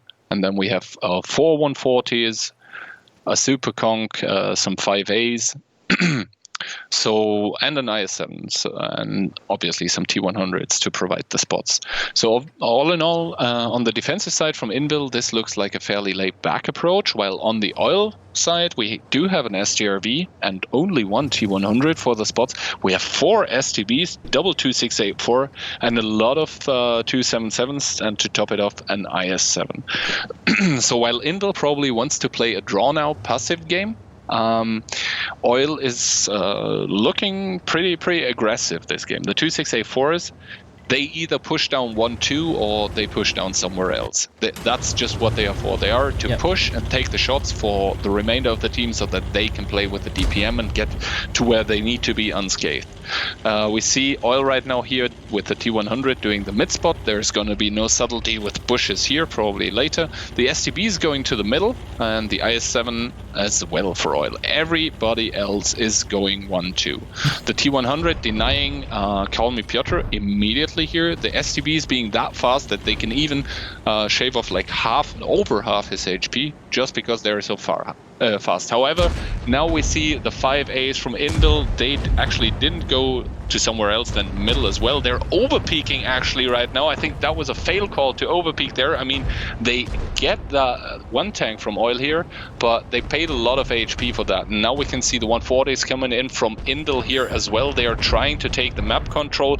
They probably figured out by now that the rest of the Oil team is on the 1-2 line and pushing, so they need to swarm right now. They need to swarm the Oil tanks that are at the moment singled out or almost singled out, not in that 277 blob. We can see here now the STBs and the IS7 in a heap of trouble, as there is a lot of 140s and Super Kongs from Invil all around them. However, right now that push from Oil on the 1-2 is starting to work. Piotrix is camping in A1 behind that bush. He probably felled some trees, so he's not going to get spotted for quite some while, and he's going to farm his brains out there. But the problem is some 277s actually didn't continue pushing, and they can now prevent Senti and the Super Kongs from peeking onto the STBs, who are slowly winning against the 140s. Invil is realizing that they are trying to prevent those 277s. They are trying to counter push on the 1-2 because they cannot counter push into the middle. But right now, Invil losing everywhere. They are down so much in HP, and the K91 with its great DPM doesn't seem to be enough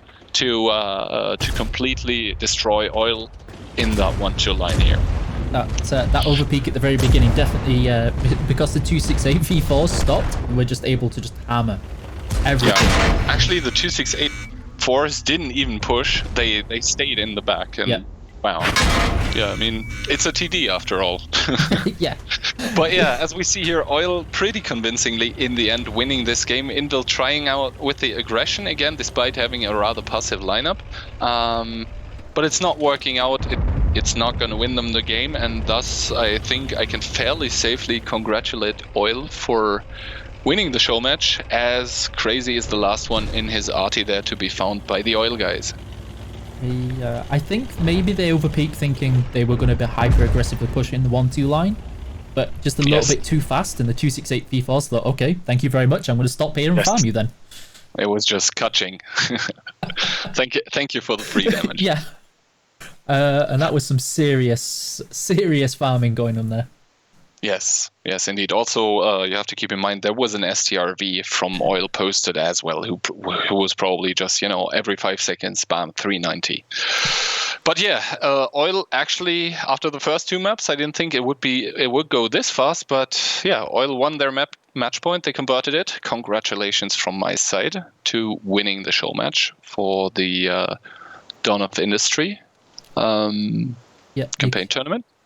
And also a big thank you from my side coming out, first of all, to you for having me here to comment on that, and also to Svitman from CSA. I mean, he was giving us the clean feed. Obviously, not everything was perfect from the start, but as he did it almost the first time right now, big shout out to him. You might want to even consider following him on Twitch as well.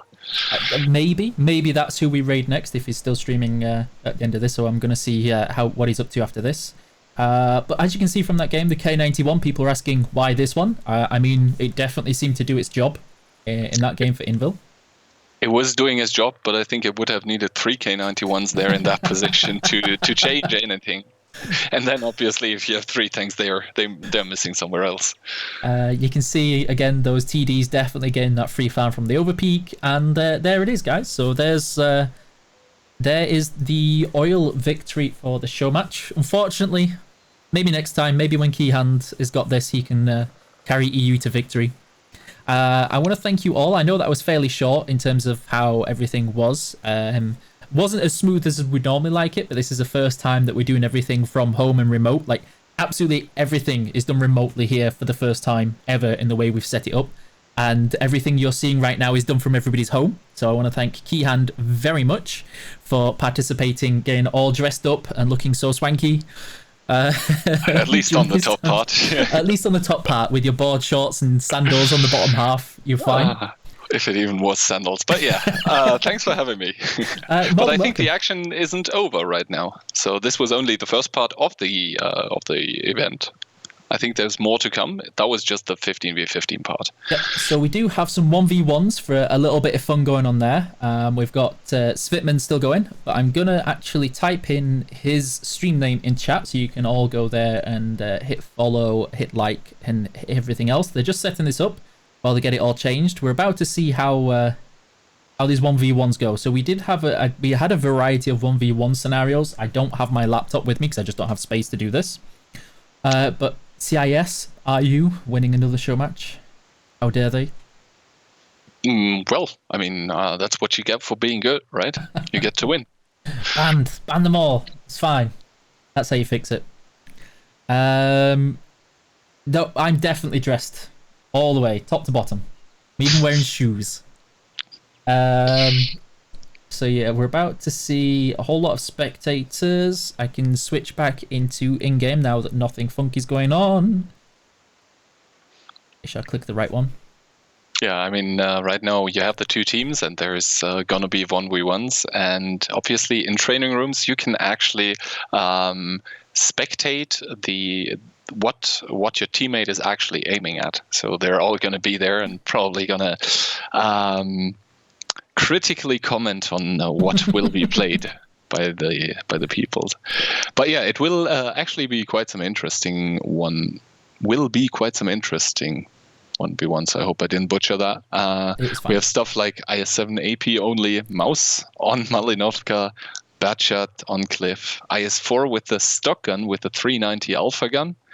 Then we have just a straight up Super Conk 1v1, and we have E5 only hits on the Coppola count, Type 5 with the hash gun against each other. We'll see if there will be some penetrations.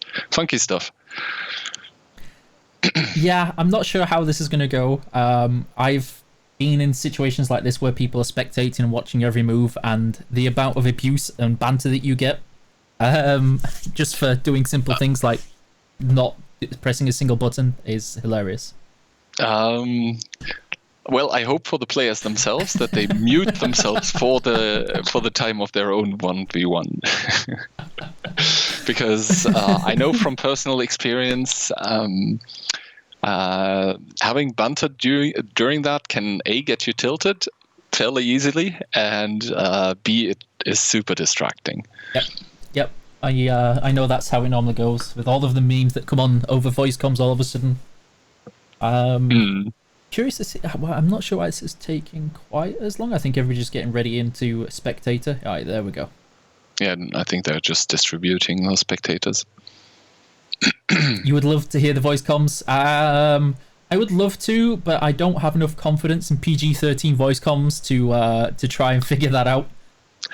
Well, I personally wouldn't understand anything either, because on the inbuilt TeamSpeak it's going to be in Polish probably, and for the Russians, obviously, they're not going to talk English either. So yeah, this is going to go well. Mm. I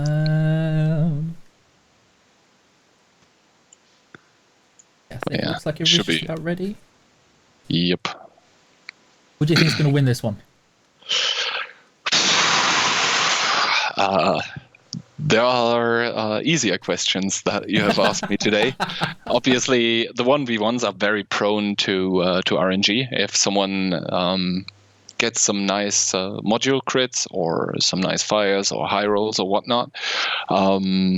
but but also having played against some really, really good people, this is also where personal skill actually comes into play.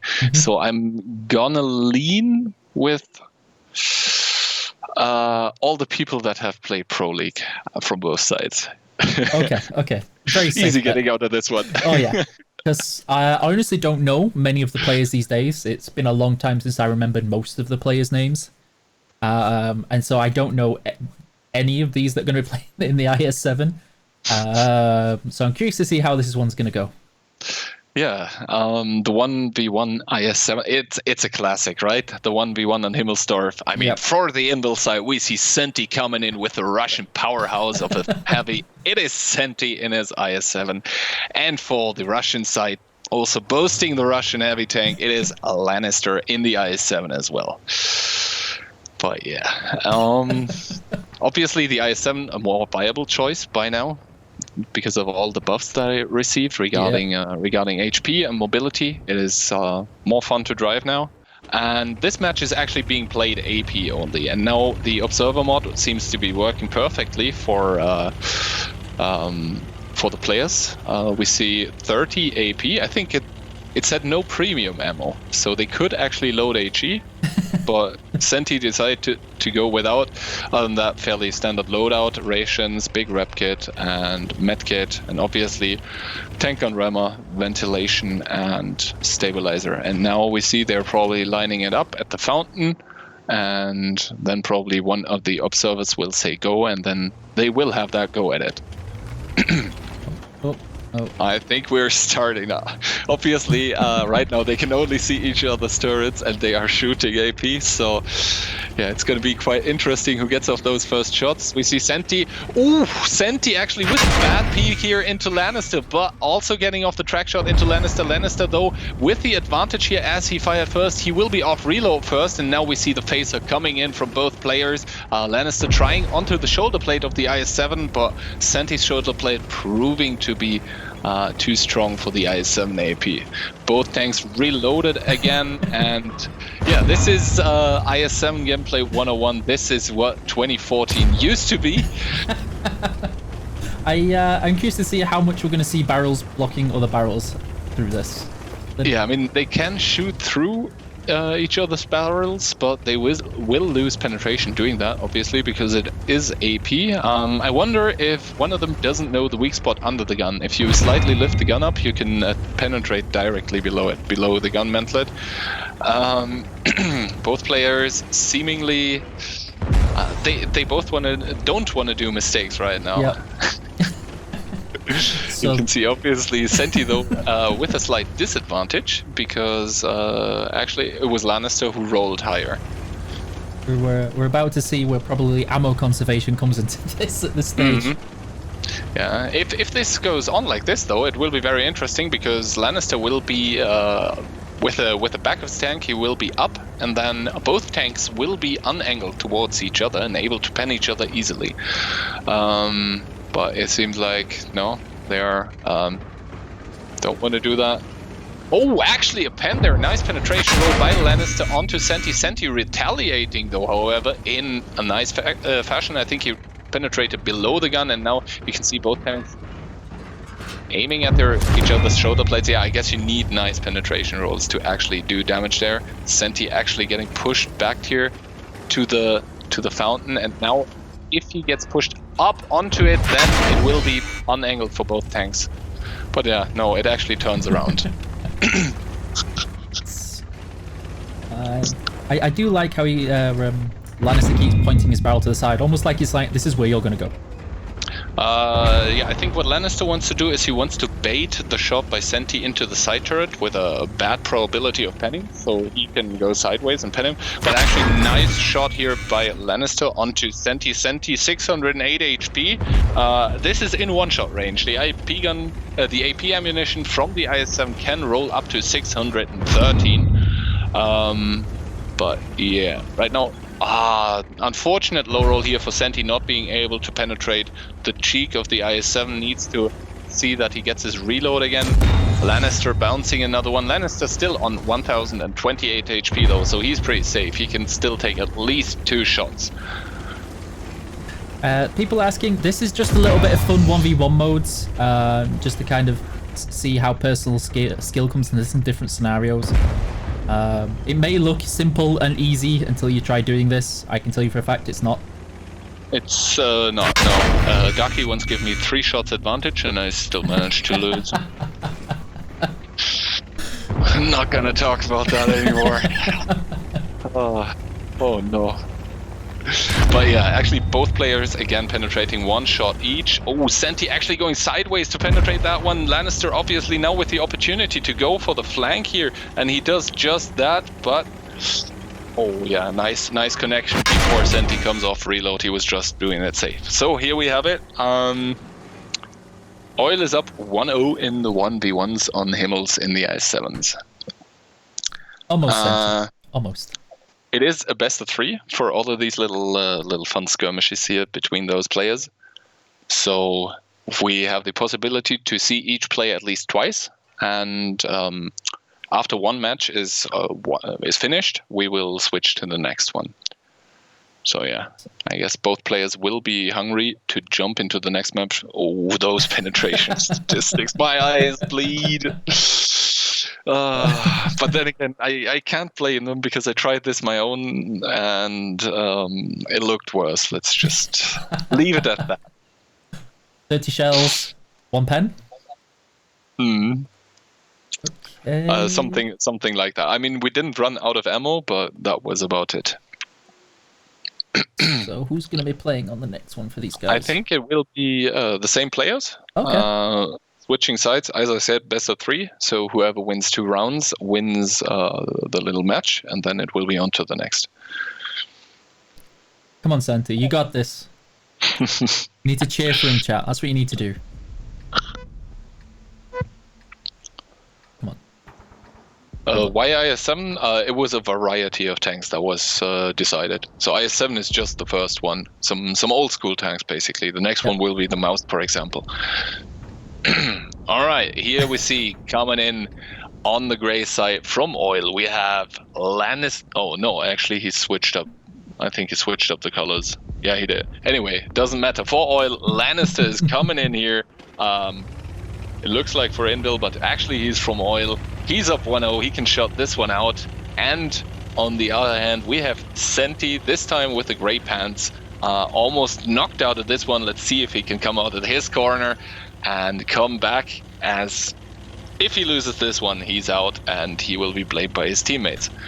He'd probably go into the Hall of Shame.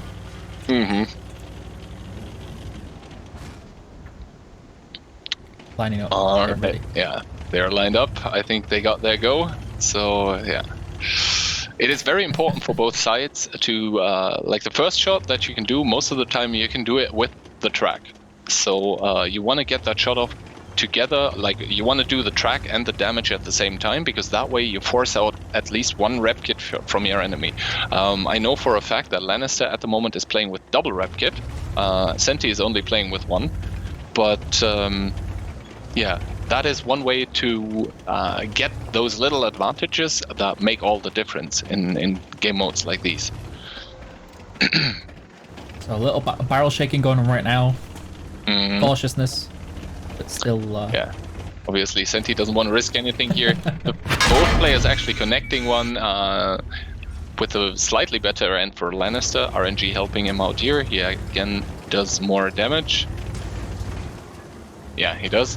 And yeah, we're basically back to what we saw last game. Lannister trying to bait that shot out onto the turret side, and Senti not taking that bait, instead opting for the upper plate, trying to get to the side. There was the tiniest window where Senti could have just shot Lannister and maybe penetrated with a high roll, but yeah. It's like Senti's definitely cautious now. Oh wait. Yeah, Senti is definitely being cautious now, and actually both tanks being beside each other now. This means it is pure penetration. We see the rep kit being taken off of Senti by Lannister, who has to repair his tracks, but both tanks getting in 1 penetration each again. Yeah, this basically means if Senti gets tracked with damage once more, he basically loses the game due to due to always being sideways to your opponent. And you can see how hectic it gets for those players. Right now you have the first-person view. This is how the players actually aim. Yep. And it gets super hectic. Senti actually with a nice connection. He's ahead for the first time in this match, I believe. Lannister down to 993. If Senti gets off 2 more nice rolls with his damaged gun, which he can't repair because he used to repack it, then this might look good for him. But yeah, Lannister off reload again. He decides to go into the face hug. Oof, not connecting there. It is hard, right? The penetration of the AP is so low that. Yeah, I tried this once. Then never again. Nice penetration though by Senti again. He's up even further. However, I think the gun is red at the moment. Doesn't matter though. He's on reload. He penetrated another one, and if this next roll goes his way, then Lannister, who is up 1 point right now, will have to deal with losing a round against Senti. Senti, he's our man. Mm. Come on, you can do this. I got my fingers crossed right now. Almost like watching kittens play in the garden. Definitely. I mean, you can tell they're having fun. And now it comes into play that Senti actually doesn't have HE. He penetrated another one. He didn't do enough damage. He didn't roll high enough. And, ooh, Senti does it for Invil. There we go. I definitely feel that he'll have some adrenaline running through him right now. The shaky aim coming in. Yeah. I know all about that. So I'm curious to see how this is going to affect him in the next one. We'll see how it goes. So yeah, as Senti evened it up right now, we have the score of 1-1 in this best of 3, and we'll have the decider coming right up, I guess. Who do you think's going to win, guys? We need to see names in chat. I need to know if Senti or Lannister's going to get this. That's some nice numbers there from Senti. He didn't miss much. I mean, he penetrated 2/3 of his shot, and that's really hard to do. You think it's going to be a draw? Impossible. Yeah, if they draw it out, which I don't think they will, because they just want to have fun as well. I think they'll just redo the game, but or maybe they just count who does more damage. So I'm just going to sit there with Artie to make sure they can't. All right, both players putting the plus into the training room chat, so that means they're ready. We should be seeing it starting immediately. There we go. So yeah, I think he messed it. Is it? Yeah, the colors are messed up again, but doesn't matter. For oil, we have Lannister, who just lost one game. He'll be raging inside. He'll be wanting to get this one still under his belt. For oil coming in, we have Lannister. And on the other hand, the player that just evened out the score, who was able to put himself on match point, we have Centi. So it's where, again, for those that haven't been watching, it's where they now move to get lined up and get sorted, and then we get to see the I don't know how to explain it because it looks so ridiculous when you're spectating like this, but if you've ever done this or if you're in that perspective, it's a very different experience. It is frustrating when you're doing it against someone who has done it a few times already. But yeah, both tanks lined up. I think right now they're trying to get those cupola shots under the statues at the fountain. Looks like it. But yeah, I think they will be engaging in hand-to-hand combat shortly. Oh, no. This is where we go back to the barrel wiggling. What worries me is this cautiousness, and it's going to be even worse than the mouse. I mean, with the mouse, they will be able to use APCR, so... But yeah, Senti and Lannister here, both not willing to do the first peek, to do the first mistake. I mean, Senti here in the side scrape, which actually enables those shoulder shots onto your plate, but here actually putting in the first shot, Lannister not being able to retaliate in fashion. And that is actually quite good for Senti here. He was able to take one of the rep kits off of Lannister, and he's up 1 shot of damage. So Centi pretty far ahead in this game actually, and if he manages now to not make Lannister penetrate that shot, ooh, nice shot by Lannister right below the turret there and taking out the turret, so that actually forced out the red pit, but Centi being slightly on the fountain, slightly above Lannister here, putting in another shot, and now they're on level ground again, which means bouncing each other is a very likely option. This is where there's not much to say for this, unfortunately, because you can see what's happening on there. It's mostly just trying to get those shoulder shots, or somebody making that really brave move of going around the sides that rarely works. Brave move or just lucky pen rolls. I mean, this is what this depends on. Yep. You can see they keep shooting the same area over and over, because at one point or another you are going to pen. Just might be today or maybe tomorrow. These are the moments when you're in randoms and you only just need this last hit to go through for your pools medal or something, and this is what happens. Yeah, we can see here now every time Lannister fires, Senti tries to get onto his side to put in a secure shot, but didn't win. Didn't go so far. We see Lannister again shooting onto the gun, getting Senti's gun to turn yellow, but yeah, also Senti is tracked right now, so Lannister can basically do with him what he wants for a few seconds, but the track goes up again, so we're back to that face hugging. And Lannister again going for those really, really chancy shots onto the turret cheeks. Senti realizing Lannister is on reload, puts in another nice one and putting Lannister down to a 2-shot here. Now he just needs 2 average rolls while Senti is still up on 1900 HP. This is looking good for EU at the moment.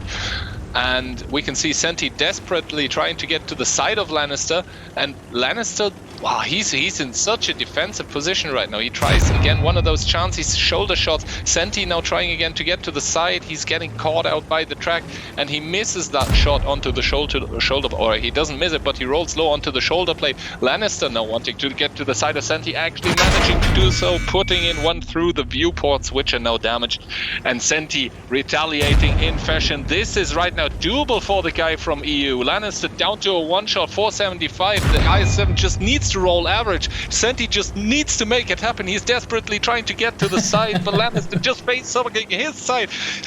Senti missing a shot, and now he has to pull his rep kit because Lannister actually tracks him with damage. That was not good for Senti, but if he continues on like this, he should have a nice shot onto Lannister's shoulder plate, and he's now lining it up and getting it done. Senti putting himself into the victorious position. My goodness, IS-7 AP.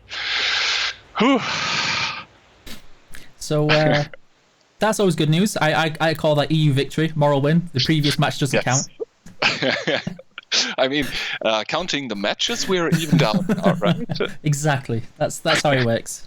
Currently, we're at a draw. All right.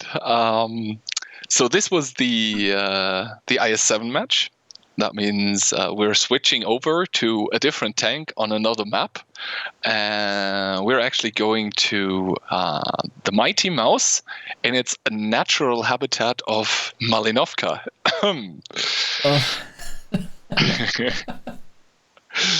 Now, I'm not entirely sure on which rules they agree. It might be that they just say you can only play the field in between the houses, and then it's just about angling and aiming. They can use APCR this time, but still the mouse APCR is not that great. I think it has like 313 penetration or something. And one of the features that the mouse makes the mouse strong is its armor. So the combination of those two, bad penetration and good armor, might make for some rather drawn out games as well. Yeah, I've seen this, and usually mouse isn't chosen for good reason for 1v1s. So I'm curious to see how this will go. Yeah. Actually, they have put in the players now, at least into the sheet, so we know who is going to play now. For Invil, it's going to be Ketsai, a pretty well-known player by now in the clan scene. He plays advances very actively, and playing advances in Invil means you're one of the top-notch players on the server. Talking about server, that is exactly the guy from the Pro League coming in for oil. And, well, yeah, he's... it's just server. He's... Yep. Super good. This is going to be interesting to see how this goes down. Who is he going to go against? Server will play against Ketsai. Okay.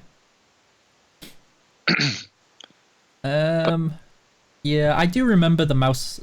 Don't know if you I can't remember if you said you played in the original days when it was the IS-7 and the mouse is top tier, and this was the only map in the game. Back in those days, I think my only tank was my highest tank was a KV, I believe. It wasn't even the KV1 or the KV2 or whatever. It was just the KV. Yeah. I don't think I was at tier 10 then. And I remember because in the olden days, everybody used to go across the field on this map. You just press W and you just everybody fought in the middle. You wanted to have action immediately, right? Yes. So shortest way towards the enemy is the shortest way towards action. Also, we can see Lannister is right now not going back to spectator. He's probably AFK, raging. Flipped his desk, given up. Yep. Probably getting taunted by his team. Yep. All right. So here we can see, the colors are they're swapped around again, but for Invil, not for oil, we have Ketsai coming in here with a pretty fancy camo on his mouse. I think Swipman did a really cool job with those camos as well. And for Invil, we have the one and only Server. Both obviously with 3k HP to start with. I'm not entirely sure if they need to reach the field first or how they're going to do it. But yeah, it should be interesting. Keep in mind, it has APCR is available as an ammunition type. As you can see here, Ketsai coming in with 46 and 22 HE in case something goes wrong. He does opt for the chocolate, which I find interesting. When I go for mouse 1v1s and the enemy... apparently they're only able to play in that blue little square. Okay. When I go for mouse 1v1s and you shoot HE at the enemy mouse, you tend to shoot right and left of the gun, and then the splash damage goes down into the hull and actually tends to set you on fire quite often. So that's why I find it very interesting that we have chocolate, at least on Ketsai. But yeah. Yeah, it's one of the things I always hated when you're thinking, haha, I'm bouncing HE, and then the splash damage is like, and I'm burning. Yeah, but those camos really looking awesome. I do like this one. I also like this one from Server. Obviously, they cannot see it themselves. It is the observer, Svitman, who is doing it with a camo melt. But yeah, here we go. We start with the engage. Actually, Server with the miss onto Ketsai. Ketsai putting one directly back, and he has now the HP advantage, but he shouldn't count on it. We see here Ketsai immediately with another shot and Server missing another one. There was a slight wiggle of the mouse, indicating a little of frustration on the side of that Russian ex-Pro League player. And we can see now here, nice connection here from Server, counting on the high pen roll onto Ketsai, getting it, and Ketsai now trying to put his shot into Server while he's on reload, not managing to do so, and nice connection yet again by Server, who gets the better end of the rolls here. Ketsai below 2k, Server still up over 2k, despite both players having penetrated both the same amount of shots. All right. Obviously, Ketsai the one off reload first, so Server had to turn his turret. Now both players with the connection into each other. Nothing has changed. Ketsai still slightly below 1500, so a possible 3-shot. Server also a possible 3-shot, but Ketsai putting in a nice one actually through the upper plate, I believe. That is one of the things, if you're face hugging with mouses and you're not angling your hulls, you can actually penetrate the upper part of the frontal hull to you being above it and it being unangled. Ketsai obviously now up a shot. Server actually missing one. Ketsai, can he retaliate while Server is off on reload? He's actually closing the distance but missing one shot. Now Server is the one who wants to put one into Ketsai. Ketsai reversing. Getting penetrated through the gun mantlet here. And Ketsai now, he has to make it happen, and he does spectacularly. However, Ketsai still a 2-shot here, 943, while Server still is a 2-shot as well. And yeah, here we can see Server putting in another nice one, 509. Ketsai a definite 1-shot. almost at this point. Server dropping to a one-shot as well now, 167 HP, but Ketsai, what can he do now? He has to wait until Server misses or bounces something, 434 HP. He cannot count on Server low rolling at this point. And yeah, Server realizing he has the advantage right now, but now he misses Ketsai now in the advantageous position, and he gets the pickup onto Server. My goodness, the RNG in favor of the Russian regarding the rolls, but Ketsai still there to pick it up for you. That was that didn't go as I expected, if I'm honest. I expected Server to win this one quite convincingly. But yeah, you saw the wiggle of the mouse. Oh yeah. I guess he was a little triggered after the first two shots. You always got to love that wiggle. I mean, still, if Server manages to win the next two games, Ketsai can still say, I won a game against Server. But now that he's up a game, I don't think he wants to say that. He actually wants to win it. 9-8-5 here by Server, not that great actually. I think they're playing on EU1, but I think one of the RU servers is actually also located where EU1 is, so it shouldn't be any problems regarding ping for the Russians. Yeah, it shouldn't be too bad. At least they didn't need any HE out of that one. Yeah, the HE is basically only if you leave your enemy on like 20 or something, then you can safely finish him off by splashing him. But I think the lowest one before being killed was Server here with 167, and that isn't a safe kill with HE. So that's why Ketsai went with APCR. Anyway, game 2, and in the purple corner, finally the colors are on point again. We have Ketsai being up one game from the clan Envil. Representing the Russians, it is almighty Server from the clan Oil, and he should be pretty aggravated after the last round, where he basically could have won, but didn't. Even had the RNG. I'm curious to see if it'll go the same way, or if Server's going to play this a little bit more cautiously. Yeah, I mean, they have to move into that middle, right? Yeah. That's what they need to do. And then they actually have the stone that you can side scrape off of. The problem is, if you side scrape and you don't realize your enemy pushes you, then sometimes it happens that the enemy can penetrate your sidearm of your hull, but you cannot retaliate, and that is almost an auto lose at that point. So you saw Server there testing his gun to make sure the shells were going where he was aiming. Yeah, he's warming it up, I believe. Apparently, yeah, he thinks last game the gun wasn't warmed up. That's why it started missing all of a sudden. But yeah, you got to stretch. But yeah, they both reached the position now, and I believe. Yeah, Ketsai not bothering with HE at all. Actually, this game he took 68. And we can see actually the peak coming in from Server, and Ketsai retaliating, not much exciting happening, except both of the players playing perfectly, penetrating. This time Ketsai actually with the first shot rolled higher for Ketsai, but now the low rolls came in again.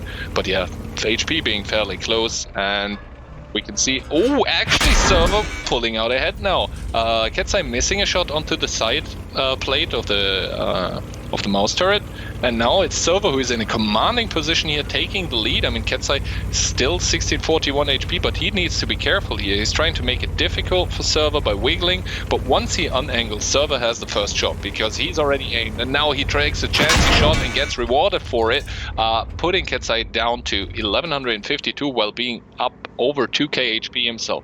Ketsai trying that same shot on the gun mantler, but gets unlucky there, I believe, and obviously Server immediately retaliating here. That is what I was talking about, actually. If you unangle your frontal part of the hull, you can get penetrated easily. Server realizing that, putting his turret up so far over Ketsai that he can just penetrate him easily. Now it's just a matter of time. Ketsai actually getting unlucky with that pen roll, but it doesn't matter at all, as Server convincingly takes this one with 1620 HP to spare. See, that went more how I was expecting. Same here. But it still is 1-1. Yep. So, come on, Ketsai, you got this. One more chance. Mm-hmm. one chance, one opportunity. Oh dear. Oh, Oh dear. let's just hope that he didn't try so hard, but in the end, I'm so happy people can't see how hard I'm face palming right now. Yeah, see, lockdown, you have it. Even he is like, why? Not enough rhymes for today, Maximus.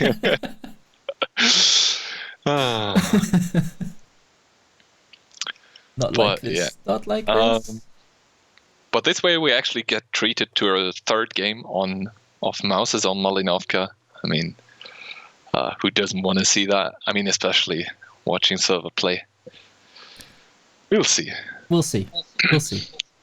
I still feel it needs an arty. I somehow don't have the same feeling. I wonder what it might be. I can't imagine why that would be.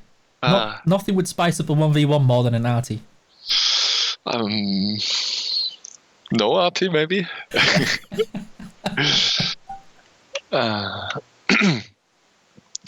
But yeah, we'll be up for this Decider map. By the way, after the Mouses, we'll have a very exciting match in between Camille Eater, who was from the Tough Giraffes from the Pro League team, against Niryu from Tornada. And they will be playing Batchats on Cliff. That'll be a treat as well. First of all, we have still the Decider, though, in between Ketsai and Server in their Mouses.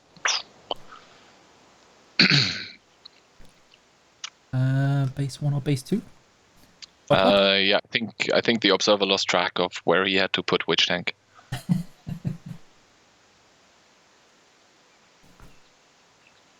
And there we go. Yeah. It is the deciding game in between Ketsai and Server. Ketsai coming in for the Polish powerhouse of Invil. And Server flying the flag high for oil, evening it out, making it possible for him to take that victory he so craves. Because he hasn't won enough today. What? We'll see. Come on, Ketsai. We believe in you. All of EU is banking on you to bring EU ahead in this show match. Yep. Right now, as we want to remember, the matches itself, they are 1-1 right now.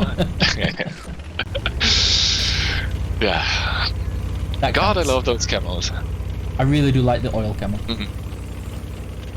I mean, the Invil one is a little fancy, but yeah, I think the both of them are recycled Pro League camos, basically, which Svitman made into them to look as good as they do at the moment. So Chromaholic is saying EU bias, EU number 1. Everybody knows this. At least, So people are asking why no RU stream. You need to be aware that it is a Sunday. Not everybody likes to work on a Sunday or is allowed to. I know shortly my allowance for being able to work on Sunday in France is going to be coming to an end. And so I don't know any staff on RU that would be able to stream this or organise this. But yeah, both Maos now in proxy range. They know exactly where they are or where the adversary is. Server actually this time not going for the immediate peak. Like both last matches, he was going for that immediate peak and going for the engagement. Actually this time also taking the active part here, peeking of the ridge line, but Ketsai obviously able to retaliate in fashion. Both players whittling each other down through the turret. However, Ketsai getting a little unlucky again with his roll. Server slightly up in HP, but now Ketsai with a nice connection here, pulling ahead, and he's now ahead in DPM. Ketsai can peek him, he has the better reload, but he decides not to. But for a moment there, Ketsai was ahead. And yeah, Server probably realizing right now this is not going exactly as he wants to. Still manages to put in a nice shot onto Ketsai, who is now actually in a slightly unfortunate position. Server is right now controlling that engagement with the peaks. They're trading one more shot, but this is all in favor of Server right now. Ketsai is down in HP. He's a 2-shot. But Ketsai is gonna need 3 more for Server here. And if he angles his turret even more up like that, he might run the risk of server penetrating his gun mantlet as he just tried to, but it didn't work.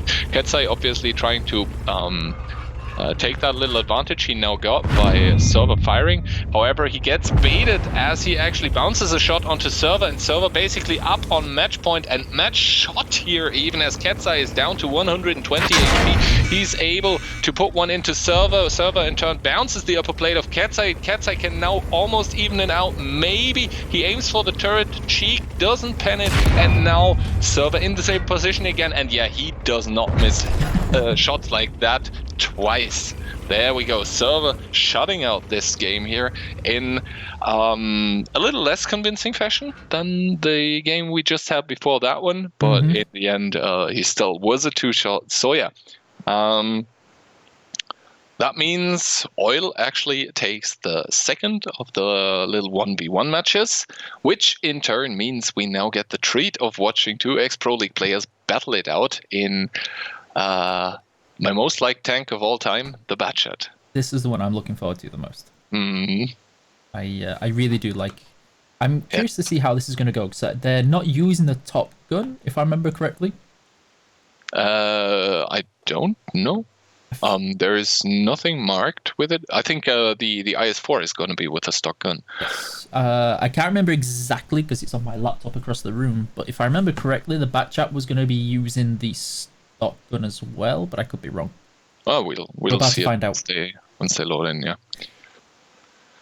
Yeah, we believed in him too, Light, the end. We believed in him too. Yeah, but obviously against the server itself, you cannot win. So it is going to be the Top Gun. Okay. It is Top Gun. Okay, nice.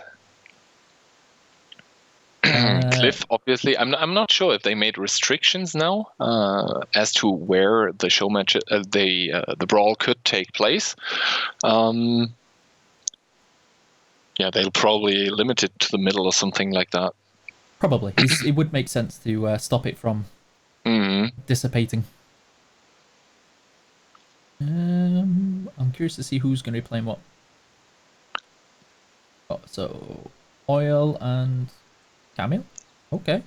It's gonna be near you from ex-Tornado player.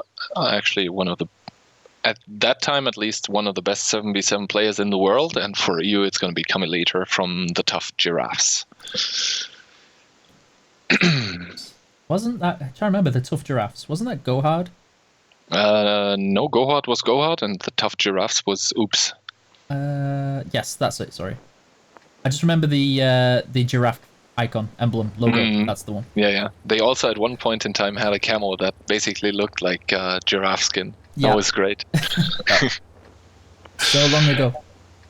Anyway, we are here to watch those 2 gaming Goliaths here. Camilleator in the south spawn on Cliff in his Batchat 25T, and in the north spawn we have Near You coming for Oil. That's going to be a fun one. Keep in mind both Batchats with the Top Gun. That means if they don't miss a shot, they can clip each other out in one clip. If you, however, miss a shot, you open yourself up to the enemy just rushing you, taking all the remaining 4 shots that you still have, and then just safely clipping you to death. And with the Batchat gun being the Batchat gun, yeah. Never rely on the Batchat gun. I do remember one of the old tricks with this is going with the gun with the 6-shell clip just to catch your enemy off. Yeah, the problem is the gun with the 6-shell clip, it takes so much longer to clip out. It has less alpha, and I believe it has 6 shots with 300 damage each. So if you miss one shot, then you're not going to be able to clip out the Batchat either, because it has 1800 damage, and that is exactly the alpha damage of the clip. With a Top Gun, you have 1950 alpha in your clip. Okay, it looks like they're finally being given the go-to. Obviously, both now know where the other is, both being spotted, both having the observer mod installed. That's nice, and now apparently it's going to be that duel in between those rocks here in the middle that we saw Oil so spectacularly pushing earlier.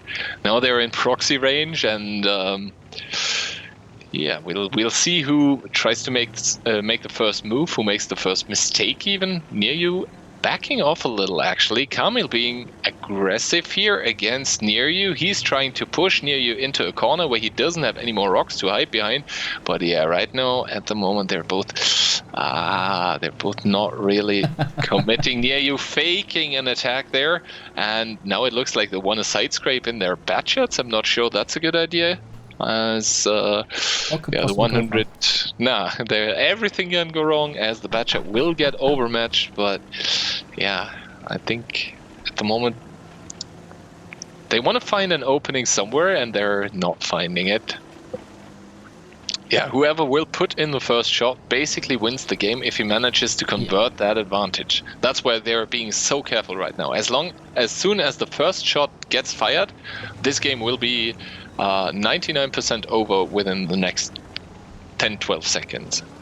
So right now there's probably going to be some hands very sweaty on some mice, and some keyboards being tackered. And yeah, Near You actually doing the most exciting thing in the last minute, pushing over that tree.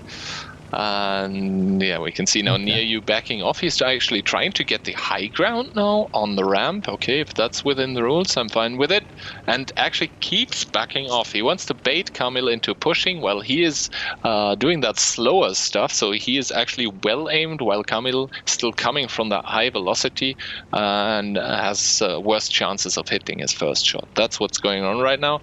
And now we see Near You actually peeking with his back, Kamil peeking with his front. That means Near You could put in the first shot right now. Oh, and there we go, an engagement, but I don't think any of them are sure themselves even who got the first shot there. So, okay, my prediction with the game being over soon after the first shot definitely being broken here, but now it seems like Near You actually wants to be the more aggressive one. Kamil Eater had to use his medikit because his commander was down. So that would be on cooldown for and there we go. Actually, the first connection by Near You, but I think Kamil Eater actually tracked him. But no, Near You actually tracking Kamil, and Kamil now repairing it. But Near You actually rolling super low in his 5 belt. And Kamil probably being able to pick off Near You, while we get a nice view of the beautiful evening sky of Cliff. See, this is the view everybody wants. Yes. It was so close, you broke it. Kamil actually winning here, and I'm not sure it did. Yeah, I think Kamil won. That low? I want to see the post battle, but I think Near You wouldn't have run if he wouldn't have shot all 5 shots. Like Near You, 1704 damage. Yeah, Kamil obviously 555. Near You, he bounced one. Okay. Yeah, so Near You actually bouncing a shot, that costing him the game, and Kamil Eater then easily being able to convert all his 5 ones. I'm wondering if that was Near You kind of like hitting his keyboard so hard it just broke the map. Yeah, something like that. I mean, he had the advantage. He even had Kamil tracked, but then maybe RNG trolled him. I don't know, but it enabled Kamil to win it. It's everybody loves bouncing back chats. It's the best feeling in the world.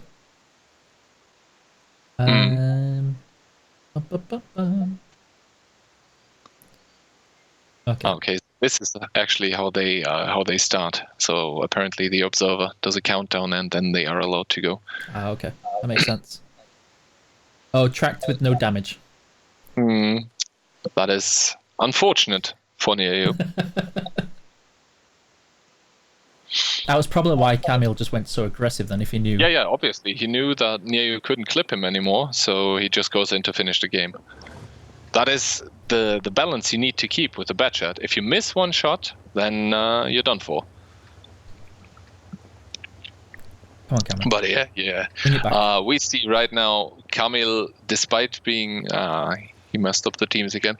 We see Kamil Eater for Indel. He's up 1 round. He's on match point. And now we get to see Near You also in his bat shot. He's down 1 round. He must be hitting his keyboard quite hard right now after getting a critical with a bat shot onto a bat shot. This is Near You, and he's out for revenge. I'm curious to see if near you is going to be a little bit more aggressive on this one, just to, any possible tilt that's going on.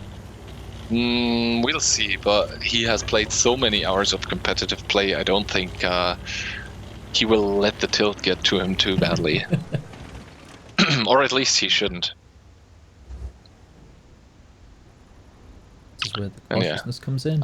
I think the countdown has happened, so both players can engage each other now, and Near going quite far forward here. Interesting, now we have exactly his view, so we don't know where Camille is at the moment, and we get to feel exactly what it's like playing one of those 1v1s.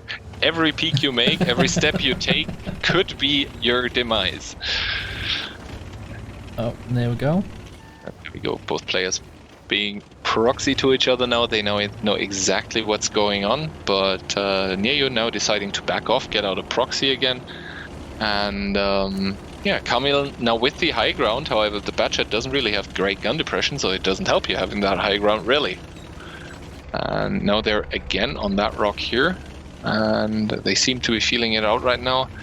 And Neyo checking it out, how far he can go here. Both players actually putting in one shot each, but I think Camille has the slight advantage here. I mean, Camille has put in 2 shots and Neyo was only able to put in 1. Camille realizes that, pushing it now, and Camille would need to bounce one now for Neyo not to lose this one, but here Camille convincingly realizing the advantage he had, and yeah, GG Camille. We're back. We back.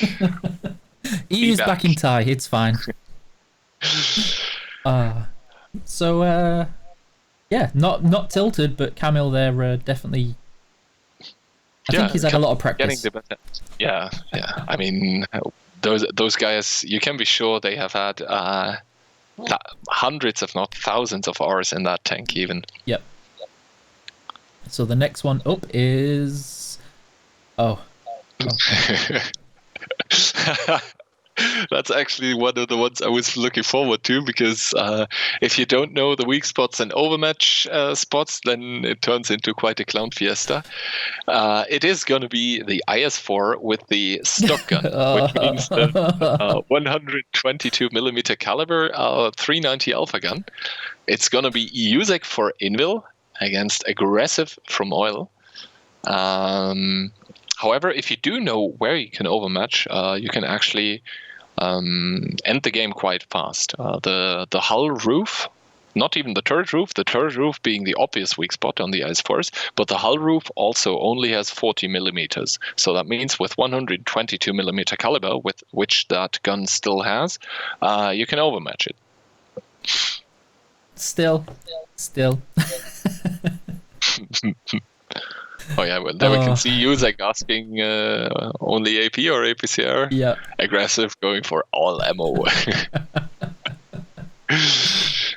So they can actually shoot the gun of a tier 7 heavy tank at tier 10 armor, but they are allowed to use APCR. As if that would help. That's a small relief. Yeah. Only a small one. Okay, we're about to see how this will go. Yeah, both players seem to be ready here. At least Uzek's readied up. Aggressive probably still being taken aback by having to play IS-4, probably still equipping the tank. Yeah, Uzek also probably fixing his ammo layout again. Maybe the people put in some spall liner. Maybe. I don't think they'll be shooting a lot of HE though.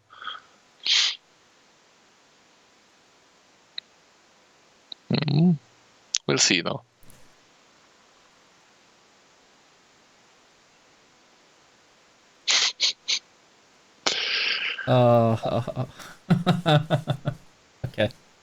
Okay. This is gonna go well. We'll see. Who do you think is gonna win? I sincerely believe both of those players have not played like this. I mean, they may have trained a little, but I kind of want to say aggressive. Just because he seemed to have better aim in those games, but I don't know either of them that well.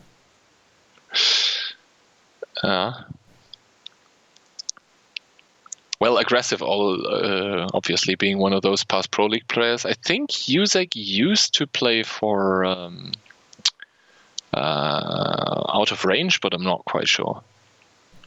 I don't remember the names that well. I just remember aggressive in the games that we saw earlier, the show match. He seemed to hit quite a lot of his shills. Yeah, he's obviously players that are in oil are always going to be hitting their shots quite well. So anyway, yeah, that's the only thing I can go on. On Ensk, we have in the one-on-one fun show matches for Invil, we have Jusek coming in with a stock IS4, and for oil we have aggressive coming in, surprisingly also with the stock IS4. How could they? This was a big turn. I never expected it. Yeah, right now I think EU is up 2-1 in the 1v1s. Yes. And obviously 2-2 in matches. It's the one that counts. Unless we lose, in which case it doesn't count. But yeah, let's see if they can engage each other directly. I think they have to go to the statue and then they can start.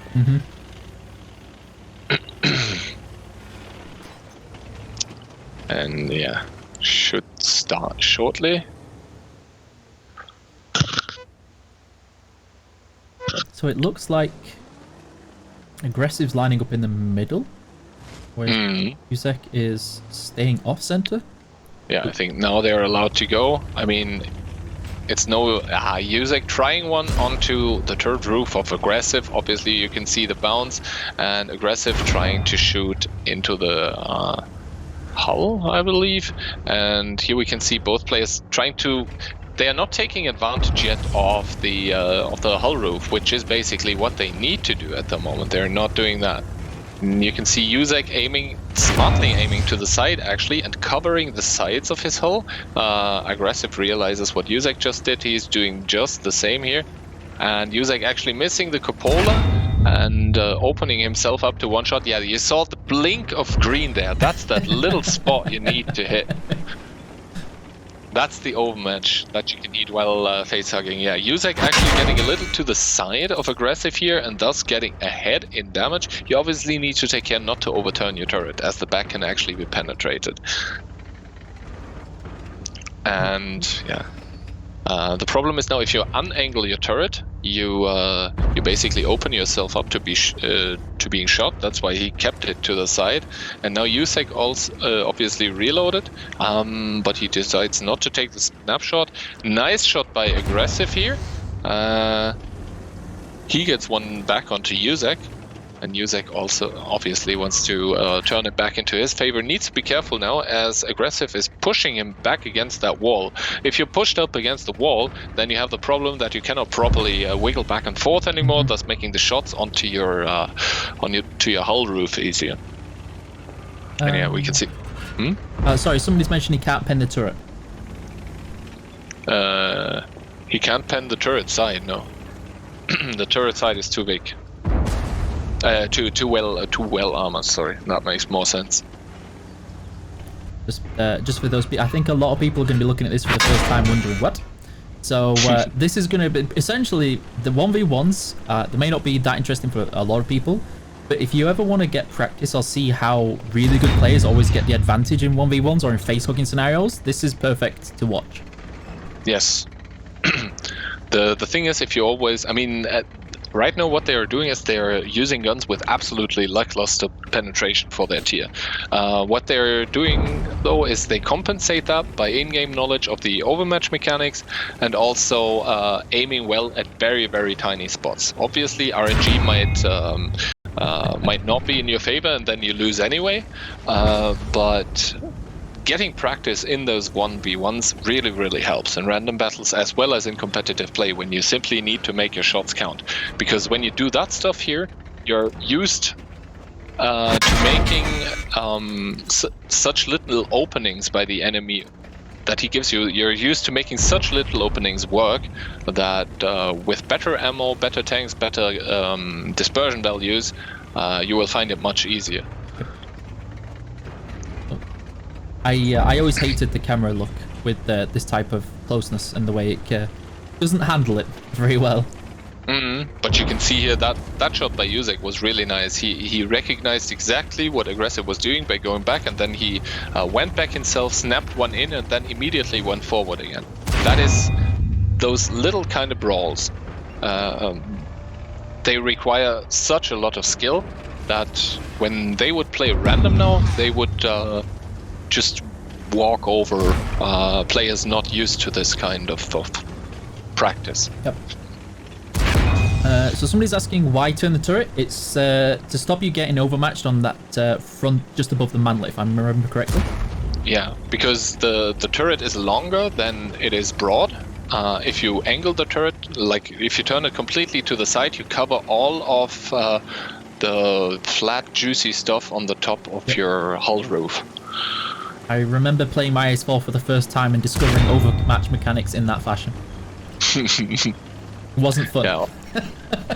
Obviously, if you are this close to each other, the overmatch on the turret roof doesn't work because the gun simply doesn't have the right angle to shoot on it. That's why they need to use the hull roof. And yeah, we can see Yuzek actually pulling ahead now. He was down like 800 HP, but now he's ahead, getting 3 shots in a row in, and this is where it starts to get interesting because the players now, they 1 or 2 more mistakes and they're losing this round. Like Aggressive realizes this, and you can see him, he's not fancily trying to get to the side anymore, he's just hugging and waiting for Yuzek to make a mistake. Yuzek here in the commanding position, and also off the reload he's trying to get that part of the hull where he can pen, going to the other part. You can see it's just the feeling out that is happening right now, and that's actually a super nice connection by Yuzek. I don't think they're allowed to use HE, but if Yuzek doesn't make any mistakes anymore, this should actually be his game. And yeah, there we go, he shuts it out. There we go. So, come on, you got this. Yeah, we are up 2-1 for EU in the 1v1 matches, and now also Yuzek is up 1-0 against Aggressive. That's actually quite interesting that the EU players, for me as well, it is super interesting that the EU players are managing so well to hold up in the 1v1s, which really only is personal skill, to hold up so well, because normally it is said that due to the Arya cluster having a larger player base, obviously also on competitive top level, the individual skill will be slightly higher. However, that not being shown here at the moment. I blame RNG. There we go. Fixed. I wouldn't blame RNG once EU is winning. What? That's all it was for the show match. That's yeah, clearly just RNG. It's fine. So a lot of questions, at least a lot of questions are being asked about how and when they pen. So it looks like a lot of people here aren't used to the IS-4 as well. Okay, so what's happening here is the overmatch mechanic comes into play. And what that mechanic roughly says is when the diameter of your shell is more than 3 times larger than the nominal armor that you are trying to penetrate, then the penetration of that point of armor is almost guaranteed. Or as in this example, to make it more easy to grasp, the IS-4 has 40 millimeters of hull roof armor, and the diameter or the diameter of the gun or of the shell is 122 millimeters. This means 40 millimeters of the armor times 3 is only 120. This means the overmatch rule comes to effect, and thus the penetration is almost guaranteed. Equals nom nom nom, and it's usually why. This is the frustration part when you first get to the IS-4 and you don't learn overmatch mechanics, and you're thinking, how can they pen me like this? This is, and then you start swearing. And then I mean, it's the same with the IS-3 turret roof. Oh yes. Oh, we could actually see really, really, really nice here. I think it was Aggressive. He actually used the what's it called, the statue, to lift his tank up to get the overmatch onto the turret roof and also angle his armor so that Yusek couldn't penetrate immediately. Do they see each other? They are told to go to the statue at the beginning. Yeah, so they basically go there so that no one gets a advantage from having a better spawn, and then the admin gives them a go. You got this. I believe in you. Let's no go, EU bias Yusek. here. None at all. No EU but I bias. hope he wins. Yeah, I mean, right now, I think Yusek, he sees some green pen indicator on the top of Aggressive's gun, but it's not the weak spot that I would shoot at right now. Oh. Yeah, I mean, the amount of ammo that the IS-4 can carry is not unlimited. So, if they actually start counting and missing and bouncing too much, then the other guy might get a win by default because he can just try to flank or something. They're definitely just throwing shells at each other right now. I mean, they get those super small openings. As we can see here, Yusek just got one by Aggressive, and probably 2 out of 3 shells fired there would bounce. But this one luckily connects. So there we have it. Yusek basically evening it out. But yet again, RU with the higher damage rolls on their shells. I am noticing I wonder what's this. going. Oh. I'm starting to see a pattern here, but that doesn't matter at all if Yusek keeps putting in shells like this. Again, he pulls ahead in HP, in damage dealt. So yeah, if he keeps it up, that should be quite nice. I think that was a shot by Aggressive. And yeah, Yusek with another shot onto Aggressive. Aggressive down to a 3-shot now, while Yusek still boasts almost 1700 HP. So he's in a commanding position. He has the lead. He just needs to convert as he does another shot. Aggressive is actually defensive right now, backing down here as he's only a 2-shot anymore. Yusek missing one. This might actually lead to Aggressive being able to close the gap a little. No, he misses another one. We see they try to hit those spots right beside the turret on the roof, and Yusek actually pulling back, trying some other penetration, didn't work. He now has to angle his turret. Aggressive backing out, backing up. He probably wants to he maybe wants to reverse onto the rubble so he gets a pen on the turret roof again. No, he decides not to, and yeah, Yusek, we'll see if he pens another one. So somebody's asking, wouldn't it be nice if the gun didn't go through the tank? Very, very, very long ago, the guns didn't do that, and it was the worst thing in the world. Yeah, imagine you need to take care not only of your allies, of yourself, and of the enemies, but also that the guns don't get broken by ramming into buildings or tanks. Yep. If I remember correctly, it was Malinovka, and your gun used to get stuck in the windows of the buildings. It wasn't fun. Well, as we can see here, Aggressive now down to 216. That means even with a mid-roll with a 3 and 90 alpha gun, which would be 293, Yusek would still win. So Yusek just needs to put in one more, and now we can see how hectic it is when you're in that 1v1. Everything is moving. You have to keep moving so you don't enable your enemy to shoot, and the enemy obviously does the same. And yeah, it's all just flick shots and trying to hit. Yusek, we just saw he had a little green indicator there, and there we see that is those small areas you just have to flick while everything is moving around you. That's why why it's such a good training to do stuff like this. It might be frustrating because when you do it first, other people are already going to have more experience, but it helps you so much later on. Anyway, Yusek convincingly, just like Kamil, winning his 1v1 against the guy from RU, and that actually means we are up 3-1, I believe. Yep.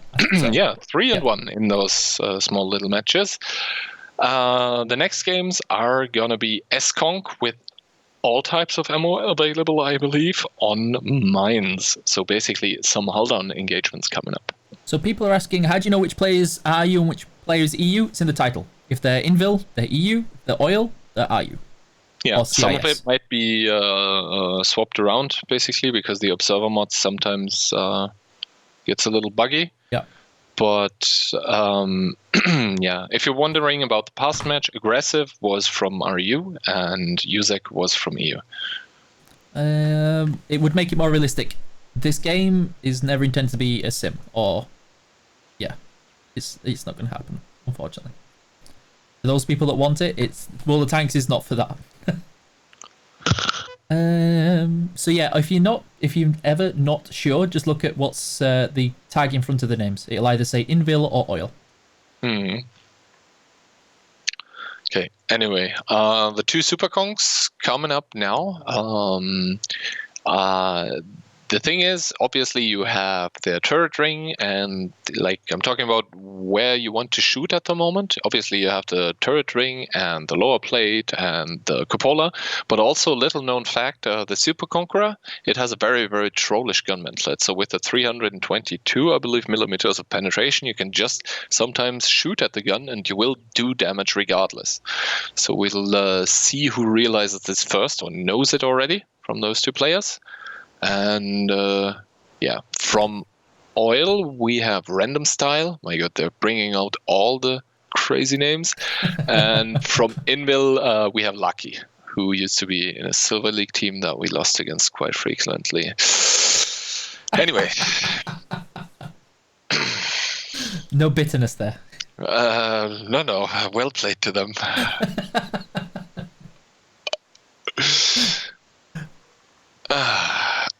I just hear, you can hear the flashbacks. Yes. There was some times with Prokhorovka and Type 5 meta, and there would be like two mouses and two types on Proko. Anyway, as we load into this game here, we have Lucky from Invil and Random Style from Oil. The teams as well as the colors and everything is set up and fine this round. So yeah, they'll probably go to middle and brawl and duke it out. With the Super Conk, it's even more skill-based than with the IS-4 because the gun is so much better, right? If the gun leaves less room for RNG, then the skill even comes into play even more. Also, with the cupola being this small and well angled, the cupola is not an overmatch for the 120mm caliber gun of the Super Conk. That means it's either an auto pen or an auto bounce, so they need to keep in mind when the tanks wiggle back and forth that they need to time the shots right and stuff like that. So, never done a 1v1 in an S-Conk, so I'm curious myself to see how this will go. Yeah, they will probably try to hit their gun mantlet, each other's gun mantlets. Yeah. Oh, actually, Lucky coming in with a double repair kit here and the ration, so if he loses crew members, he's at a slight disadvantage, so to speak. So and people are talking about a spawn, that's why everybody's got to meet at a certain point, and there's a countdown to remove spawn advantage. Yep. I mean, obviously the spawns change every round, but since this is only a best of 3, someone would have the advantage if one of the spawns would be better.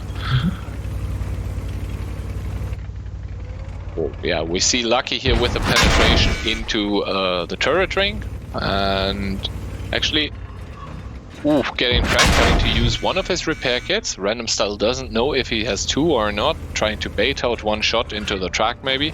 And yeah, we can see right now it's side-scraping Super Kongs having to resort to shooting the the turret ring. Stuff like this is also great to realize where tanks have weak spots that you might not even realize they do have, because obviously when you switch to ammo types with different kinds of penetrations, different parts of the tanks are going to be penetratable. Curious.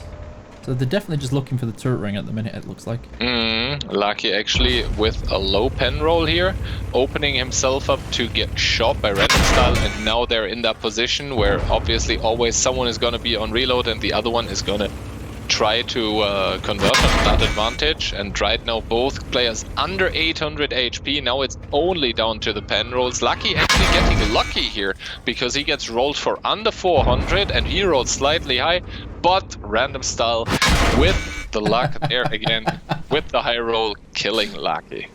Rigged. Well, the tank has 2,400 HP, I believe, so he rolled exactly average overall. Yeah. I'm waiting for the comments in chat.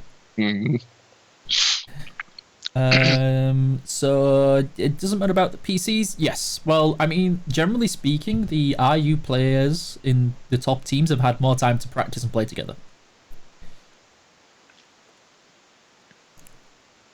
No comments. I'm glad. Yeah. Also, I don't know. Once you start hitting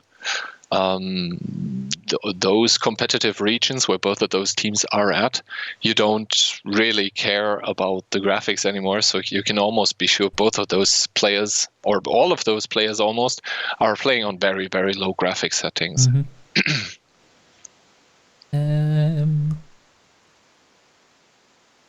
How boring is that? You're not forced to watch. There's plenty of other channels. Hope you have fun. Okay, so let's see if... Come on, Lucky, you can do this. Yeah, you being down in this match, 0-1, obviously. Random Style coming in again with a Super Conqueror here for Oil. Lucky coming in, and he's hurting badly right now. He's down one round, and his enemy is on match point. Can he claw it back? That's what we want to see, Destroyer of the Campers. We need more cheering for Lucky. Even more your RNG. I'm alright, that's what we need. Yes. Or I wouldn't mind a fire. I mean, if one of them is cold, he can light a fire. I don't mind. Why don't they use standard ammo? Because we've already had games where there was only standard ammo. Yeah, this is like all of those matches were basically agreed between the players. So they are playing by their rules and how they want to. That's also, for example, why we didn't have the EBR or reward tanks in the 15v15 match.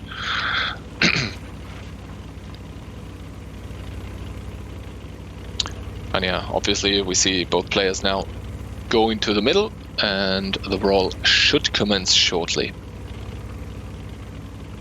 You want to do this? You can do this. Just find somebody that you know and you want to do a 1v1 with. You create a training room and then you just do this. You set up you find a middle point. You make sure you're both there. Then you do a countdown and then you just go. Also, make sure you're both on the same TeamSpeak or Discord or whatever. Yep. Then you can, critique the other person. Yeah, unless you're really confident with yourself, don't go in where people are spectating you, because they will troll you. Yeah, we see here Lucky actually with the first shot onto Random Style. Obviously he now has the reload, and yeah, this is basically just two tanks DPMing each other. Lucky getting tracked here, but using one of his repair kits. Remember, he had two last game. It's very highly, the probability is very high that he has actually two to use.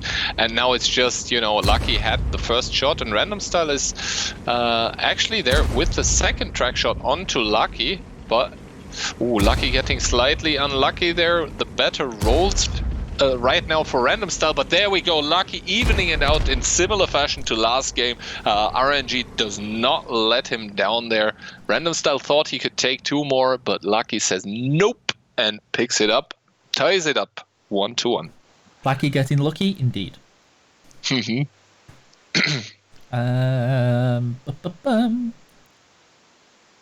Just reading more chats. Okay, caught up on there. Common test server isn't always up. You can read the schedules on the articles. Yes, so if you don't know, there is a little point on the gun manlet of the S-Conk that if you've got a high enough pen on your gun, will go through. It will go through, but it is fairly trollish, and if you only move the gun a little, then you will start missing, so don't count on it. And sorry, 60TP, that has already been decided what is going to be played, and the last two games are going to be E5 cupola shots only and Type 5 with the hash gun. Which, that's going to be fun.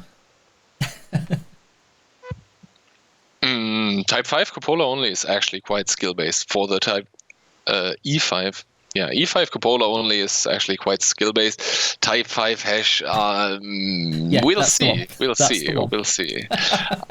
I mean, there are some workarounds, which I can talk about later. how you do more damage against an enemy type 5. But yeah, first of all, the upcoming game is the tiebreaker, if you want to call it like that, the decider against Lucky. It's between Lucky and Random Style here.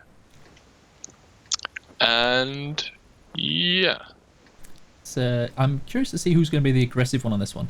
Because Lucky has been the aggressor on last two, I think, on both of them. Mm-hmm. So I'm curious to see if he's going to do the same. Yeah, Lucky also last game, very importantly, carrying those 2 rep kits. He would have been dead if he didn't have those 2, because Random Style actually managed 2 track shots with damage. So if he tracks him in a position where he can keep him tracked and do damage, because the Super Conqueror has such a high reload, he can just farm him for free.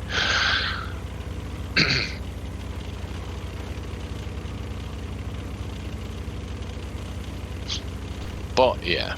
No worries, new buddy. I was tempted to talk to them and answer them back, but as I saw it was all caps, I figured, so yeah, this again, for those that don't know, they've got to meet up in the middle, have a countdown, and go, so it doesn't matter about the spawn. Yeah, I believe the north side is actually slightly favored, so yeah. Come on, Lucky, you got this. Let's go, my dude. Dun, dun, dun, dun. Yeah, I think they're allowed to go now. Yeah. Plus, this is why Lucky is actually reversing so far. I mean, it opens up some shots when you reverse this far, but keep in mind, you actually open yourself up also ever so slightly, because the enemy needs to only peek a little and he sees your whole tank, while you only see a small part of his tank. Lucky realizing this now, going back. And I think Random Style doesn't want to make any more mistakes here. He seems to be quite liking that part of the rock. Same spawn 2 times because it's best of 3. Yeah, thank you, Zilope. Okay, so Lucky does look like he's trying something, but Random Style is definitely playing this safe. He's super safe. Conservative is the word I'm gonna choose. And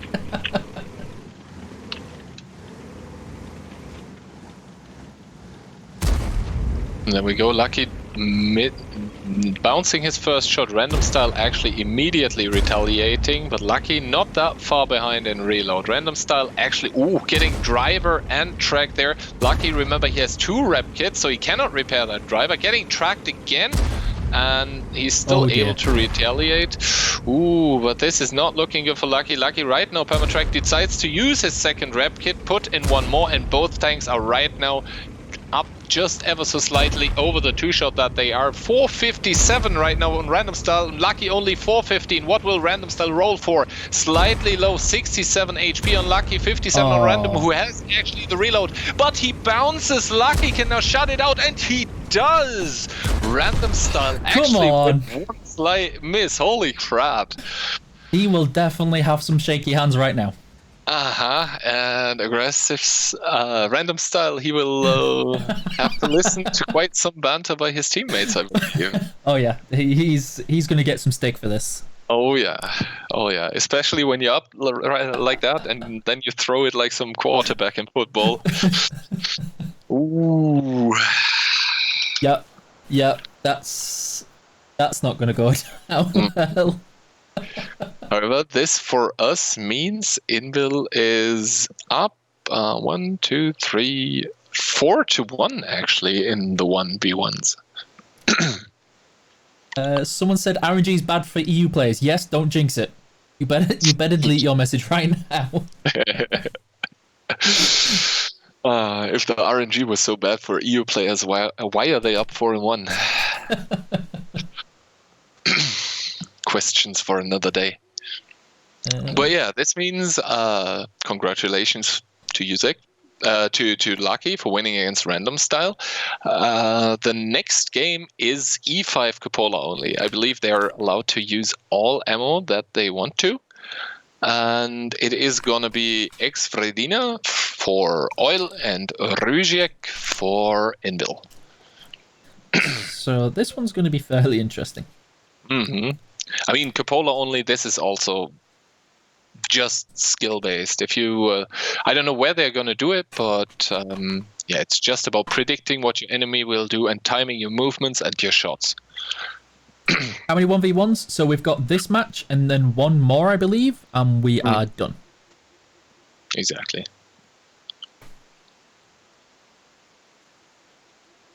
Dun. Yep, okay. Chat's okay. Either they're asleep or really engaged in what they're watching. Lunatic Lucky 1 2-1 with the S-Kongs. And it is 4-1 in the 1v1s. So which basically means 4 and 2 by matches. No gold ammo could be very interesting. We've already done that. If it's 4-1 for EU, is it not over? It's over in the sense that EU would have basically won the 1v1s, but obviously the players still want to present themselves. Yep. And we need to show that we can make up for the 15v15 show match. Which went into Oil's favor quite convincingly, yeah. Need to get some of those games back. So overall, EU wins. 60 TP, they are allowed to take any kind of equipment they want. I think just the ammo type is... Oh, not even. Regiek has 10 AP, so... Yeah, the only thing that they need to worry about is that they only hit that cupola. You are engaged, that's good.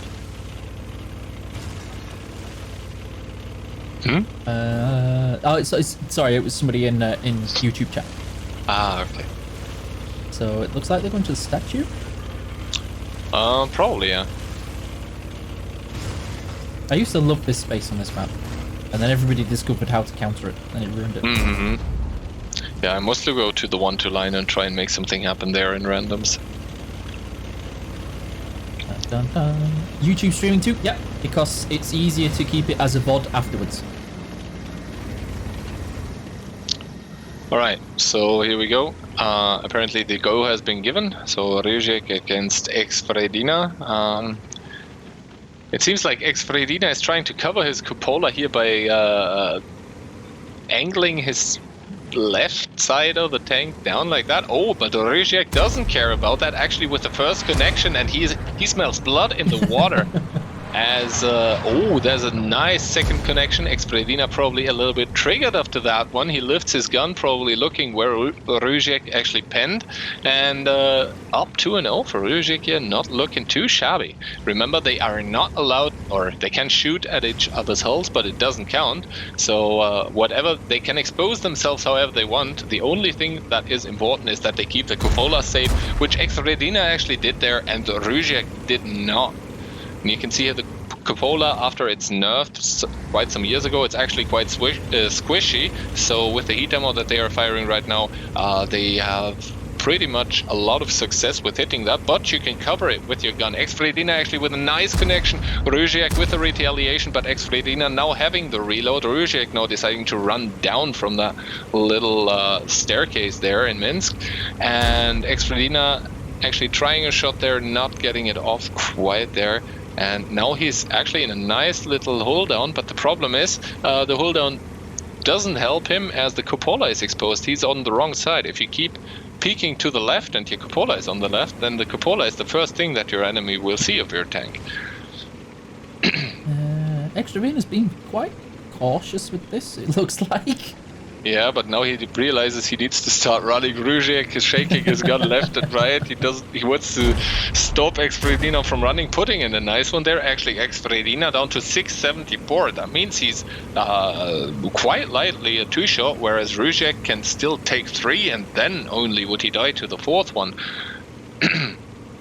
And now Ex-Fredina also peeking the left part. He actually has the worst peaks, but makes the best of it as he actually manages to pen Regiek, and Regiek doesn't get the pen back. Now Ex-Fredina actually up in HP, but Regiek still has the reload, but doesn't connect, hits the gun instead. The heat ammo not traveling further than the gun. Ex-Fredina up here right now in reload and in HP, but it doesn't matter. Both tanks now reloaded, and both tanks on a 2-shot.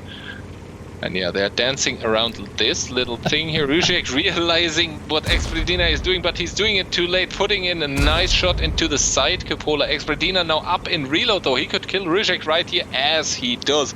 Picks him up. The lifted gun by Rujek, not enough to stop the shell from hitting and penetrating. Do we think driving on top of him and landing on the cupola would count? I mean, he hit the cupola then. I think that should count. It should. As long as you've got a track on the cupola, it should count. You'd be fine. Under the map exposed. Oh yeah, just ignore that part of it. The blue sky doesn't exist. It's a lie. Why does the CIS shot do less than 400? The EU shot does more than 400. You obviously weren't here earlier. I mean, they probably, the hamsters of the service just heard what we were saying here, and now they're like, okay, we can give him something to work with. Oh.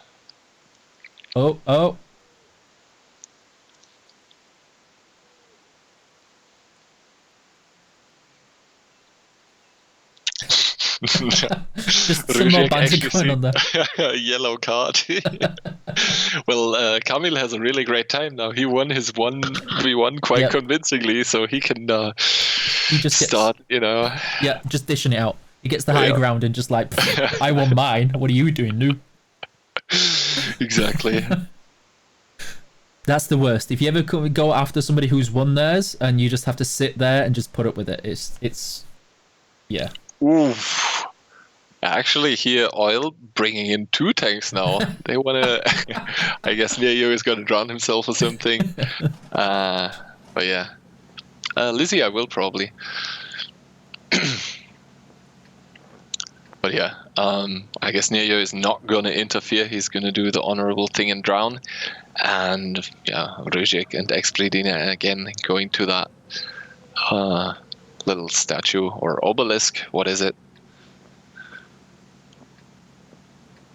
I want to say plinth, but I definitely think I can't remember I think it is an obelisk, but because it's got a statue on the top, it's a plinth. Okay. My English failing me now. Don't worry. I need For to me, make it's the sure same. if it's got a statue on the top, it becomes a plinth. If it's got nothing on it and it's just a solid object, it's an obelisk. Okay. Well, I've only ever heard of obelisks. So. These are baby tanks. I mean, versus a mouse, yep. I mean, they are tier 10s, regardless. But yeah. Dun, dun, dun.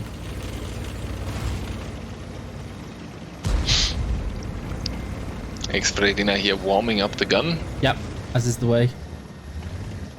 And I think, yeah, they started moving, so I guess we're in the action now. Yes, Keyhand is German. You can't tell from his accent. There is some of it still remaining, yeah. As we can see in the background, nice connection actually from Rujek here. You can see exactly how spot on his aim was onto Expedina's cupola, and now you can see they are blocking each other's shots with the respective gun, and then you hear that crit bell going on when you hit the gun and gets damaged. Nice shot by Expedina, immediately countered by Rujek. Rujek now up in HP here. Expedina again with the first shot, but Rujek directly again retaliating. So right now, if this goes on or keeps going on, then Rujek would actually win. Expedina realizes this and smartly stops that exchange right there and actually gets one into Rujek, but he immediately gets one back. That is obviously the problem. When you pull the gun away to shoot at the enemy weak spot, then you expose your own. It's with the mouse, like the unangling of the turret. Yep. Rujek actually here missing one shot. But then again, it was actually Expedina, so Rujek now connecting his one. Expedina now down to a one-shot. That actually spells quite some trouble for our Russian friend here, as he cannot afford any more mistakes. Both players bouncing each other. I think Rujek wanting to end this one, going onto the back of the plinth. And getting penetrated here by Expredina, but he still has, so to speak, one more life to spare. Expredina here, as you see, a one-shot going down Ruzek, managing to pull it back here, 1-1 in between those two players. Da-da-da-da. So I do have to ask, because you brought it up briefly there, do you prefer the current critical hit noise, or do you miss the old critical hit that you used to get every time?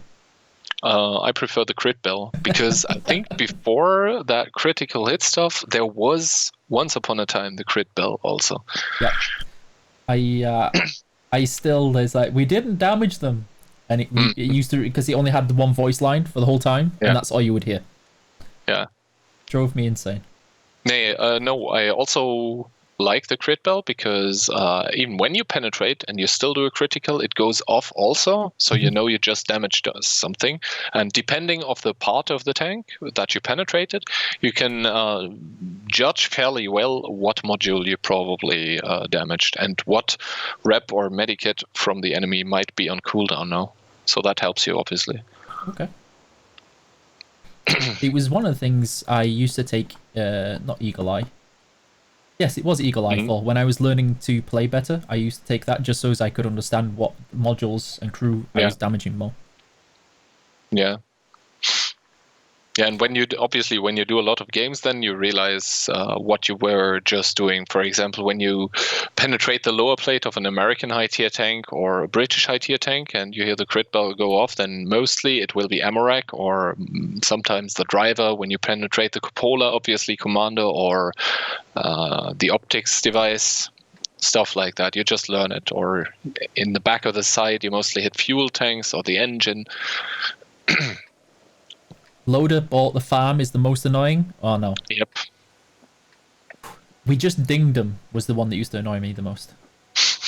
Yeah, because it meant you just did a mistake, yeah. Yeah, I used to, like, just hearing that non-stop in the olden days, because there was never we bounced or we didn't penetrate. It was just, we just dinged him. Oh, yeah, we didn't even scratch them. Yep. All of those. I hated it so much. Okay, so one for one. And Ryzek, keep up the momentum. Yeah, keep it up. Just do what you did last game. Just win. Exactly.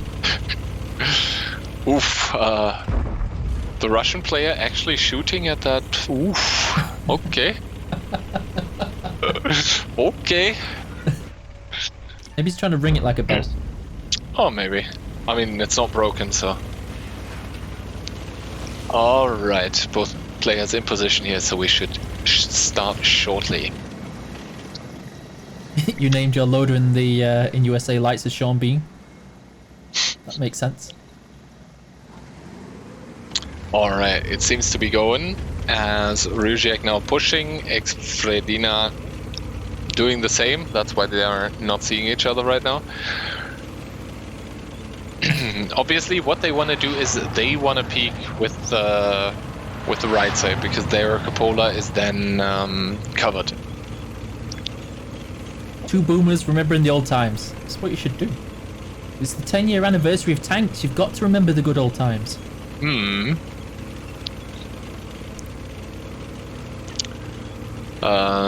Okay, Ruzek actually having enough of this. Actually, nice connection by him there. Aim again, spot on Expredina with a miss that is not to blame on RNG, but rather on the aim here. Ruzek shooting another one. Expredina not being able to shoot here because there, nice timing by Expredina, but see how long it took for him to judge how Ruzek was wiggling there, and he didn't want to miss that shot. Ruzek now with a shot with the reload advantage, and now he's pushed up there, and his gun mantle is actually sort of shielding his cupola and enabling, because he was above to get off the first shot. But now, but then because he was in the forwards movement, he had to expose his cupola. And actually, you can see here now both players flicking and flicking back and forth onto that cupola. Ruzek now with a miss, but you can just see how much training is behind that for both of them, because they just know what will happen and they predict so much. Rujek actually here again with a better end for that trade, both on reload, and now Rujek can shut it out here, as he has the upper ground, so there is nothing really covering Exfredina's Cupola, and now Exfredina here as a one-shot. Rujek actually on match shot, if he connects this one, he would win. Drive on him. But Drive on him. He already has the yellow card by Camille though. Exfredina with a miss, Rujek also missing. That means Exfredina now has the first shot, but it might not matter if Rujek finishes him right after. And you can see how hectic it gets. I don't agree with that decision by Exfredina to go to the lower ground again, because yeah, as you see, first of all, he died, and second of all, your gunmantlet doesn't cover half of your cupola anymore. That's what makes it so easy for Rujek to kill him there. But yeah, well played to both, with a better end for Rujek. And I think we're in for a treat now in the last 1v1. Oh my god, Loggy. Well, you've got to remember, guys, that this is going over 2 connections. 3 maybe. Yeah, 3. It's going over 3 connections, so it's not going to be 100% perfect. But the camera doesn't handle, in spectator mode, it doesn't handle really fast movements very well. Keyhand is fallen by 0.5 seconds. It's fine. It's fine. I will try to be a bit delayed. Let's see how it goes. Maybe I'm from the future, half a second. I think you're slightly closer to the observer. Ah, that might be true.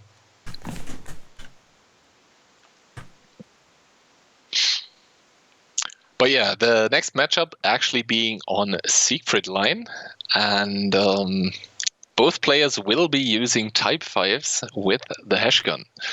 It will be Raging Potato and Brainbreaker for oil, Raging Potato obviously for Invil. And the thing is now, what I mentioned before, there is actually a little more than just spamming HE to each other. To it. Back in the day, when the Type 5 gun would do 1400 alpha damage with negligible penetration, you would still pick them on maps like Ensk.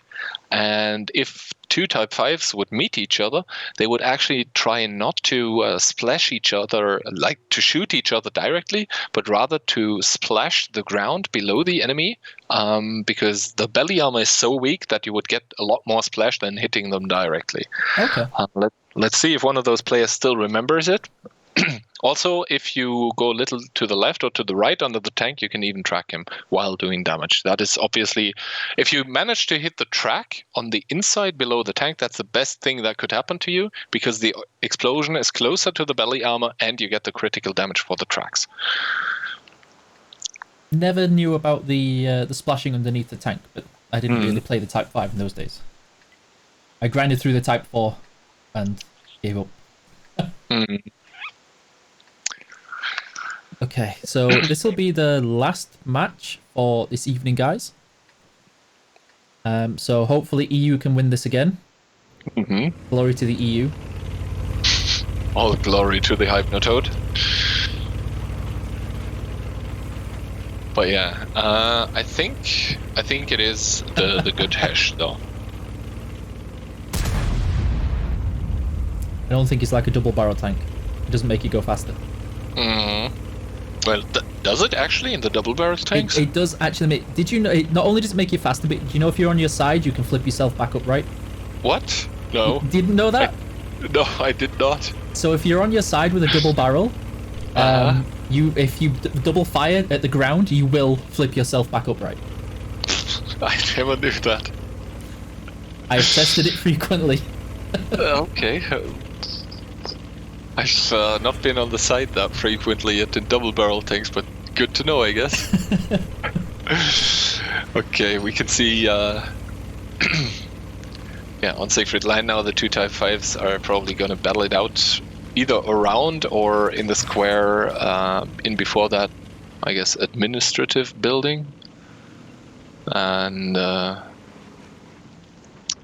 yeah, should start shortly. Bask in the glow of Flippy Boo. eekeeboo's trolling? Not trolling.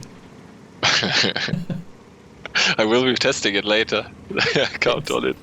Oh, actually, Dilma here with connection on Raging Potato, but not getting off the damage. That obviously is good for Raging, as he's now up in HP and probably up in Spirit. But yeah, obviously both tanks. Oof, only 9 damage onto Dilma. Oh yeah, Dilma actually blocked Raging Potato's shot. Raging Potato only did 9 damage and damaged his own gun in the process. Okay, so this is where I think they've realised now they can splash each other, so let's go. Well, if one of them has a spotlighter, that would be a clear advantage. But yeah, here you can see Unicums in their natural environment, spamming HE, close to the red line. What? Yep. Favorite pastime. Oh yeah, Raging actually missing a shot there due to the damaged gun. Also what he's trying to do is I think he's trying to hit the roof of the enemy Type 5 beside the turret, because he hopes to splash there for more damage due to the weak armor. Oof. Actually, yeah, gets a shot for 321, which is quite substantial in as we've seen. I'm wondering if Raging has the spore liner on. Oh no. I was gonna say, 'cause he's managed to block quite a lot of damage up to this point. Well, the thing the HE algorithm works is a spore liner helps against lower caliber HE shells a lot, but the larger the caliber gets, the less it does. That's why, interestingly enough, if you put a spot liner onto a mouse and you get shot by a Kong GC or a T92, for example, it will have basically no effect, except maybe keeping your crew alive. Which is always helpful.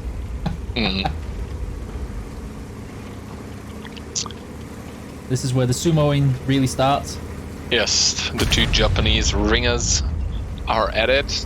Raging Potato right now with a slight advantage, but he got ammo-racked, so he actually took his repacket and repaired his gun as well in the process. He should be slightly up in reload still, but he actually does a shot for 0 damage here, which should enable Dilma to claw ahead. Oh no, it was actually Dilma shooting, and Raging Potato retaliating, and now Dilma with the tactical flank almost, he fakes it. And Raging Potato here with a better end on that shot, although I think he splashed himself just as Dilma did, but Raging Potato has the reload, but can he finish off the remaining 350? This is so Raging actually, I think he did 0, and Dilma should be off reload shortly. Oh man. Low roll. Oof, he actually low rolls Raging down to 39 HP. Oh, and Dilma is at 48. Okay. Raging now needs to hope to catch the shot somehow. What if Dilma splashes both of them to death? I think this is going to be a double. Oh no, there you go. Alright, so Dilma here with a better end on this one. Yeah, I'm not understanding it either sometimes, Destroyer, because when they start splashing themselves, it Who knows? Yeah. But you can bet they're having the time of their life at the moment.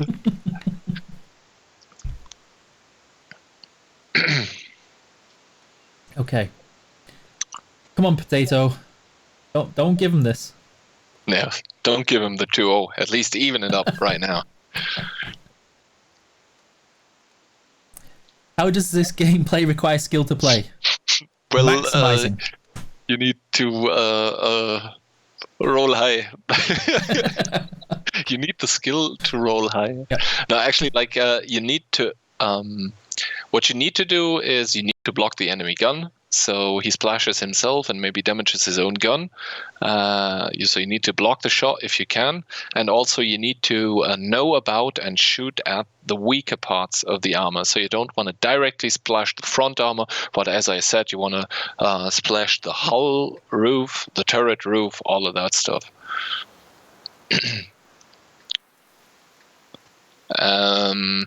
When they shoot underneath the tank, they aren't hitting it directly, so they cannot penetrate. You can only penetrate if you hit a tank.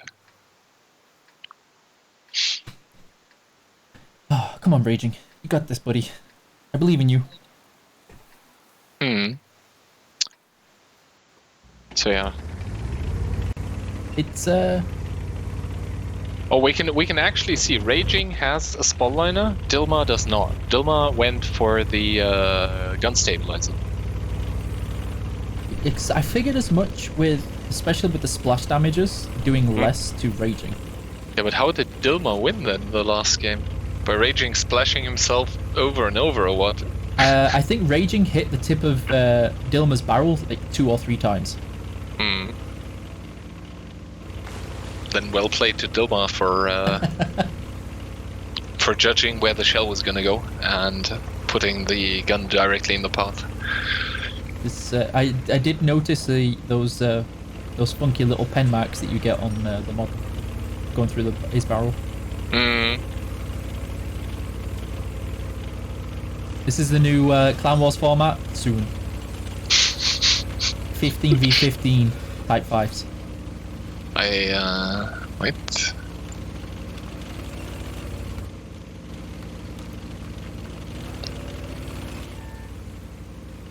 Oh.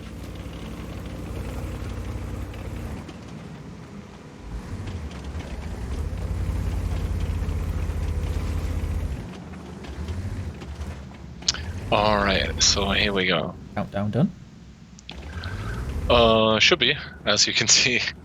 The stone still on top of the tank. Obviously, it will do nothing it will not serve as additional armor. But yeah, pretty bad shot by Dilma there onto the gun, I would say, from Raging. But Raging in turn with the damage gun now he gets a lot more damage off, and now you can see them aiming, trying to block each other's shots. And actually a nice shot by Dilma here onto Raging. Despite Raging having a spotliner, Dilma still does more damage because he probably hit closer to the hull roof. I mean, you see, they're both trying to connect their shots onto the turret front super close to that hull roof, so they do more damage. I think Raging just tracked himself. Yeah, Dilma just fired, so it was Raging tracking himself there, and Dilma actually nice connection onto Raging.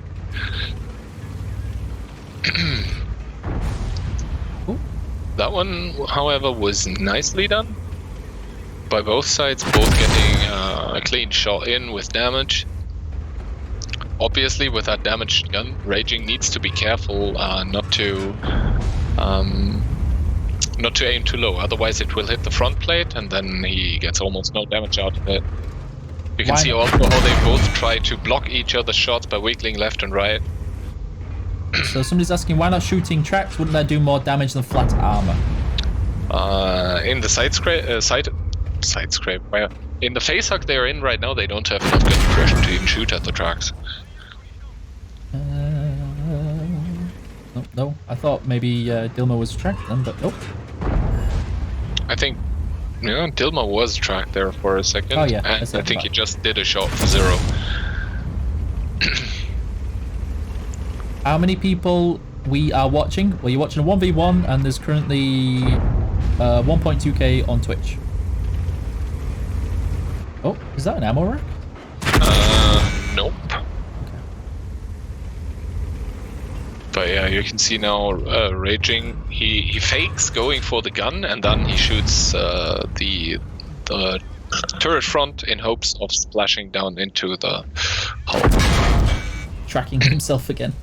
Yeah, and the problem is the hull roof is so weak that you have to take the threat seriously that he will shoot at the cupola actually.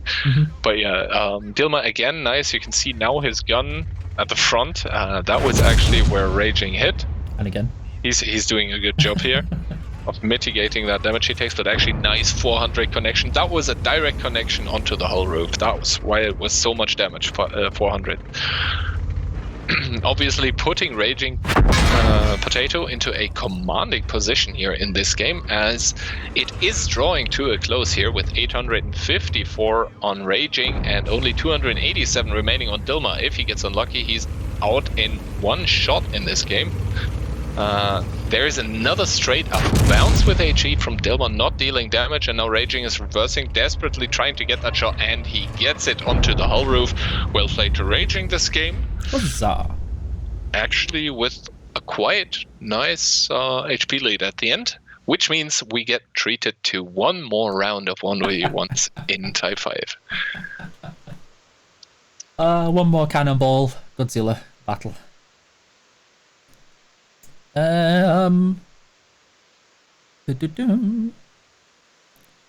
Is there a max hits you can see on a track? What do you mean, sorry? He means if a tank can only be hit a certain amount of times before some of the hit markers disappear. Yes. I've also observed this. I'm not sure if there is a max hit thing, but I do have noticed if you shoot the same area, then the older ones start disappearing. Yep, they do. There is a limit, just because otherwise it would. I mean, can you imagine some of the lower tier pom-pom guns and just covering something with hit markers? People's PCs would start slowing down pretty quick. The other one, now all of us can properly play the Type 5. Please don't! Yeah, tactics for all. I want to see Type 5s everywhere on EU. Maybe we should do an event with Type 5s. Like we did with the KV2. Just Type 5s. Make everybody happy. Anyway, we're up for switching topics fast. I'm going to say it's your idea. It's fine. What do you mean my idea? You wanted a Type 5 top of the tree faster progression event. I did say that? Mm-hmm. Oh. We wanted to see how many Type 5s we can get in a game. Oh, I guess. I was not in my right mind at that time.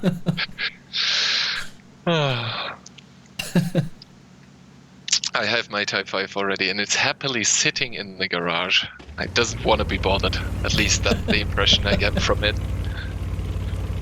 Can you imagine a collector's vehicle version? It'd be fine.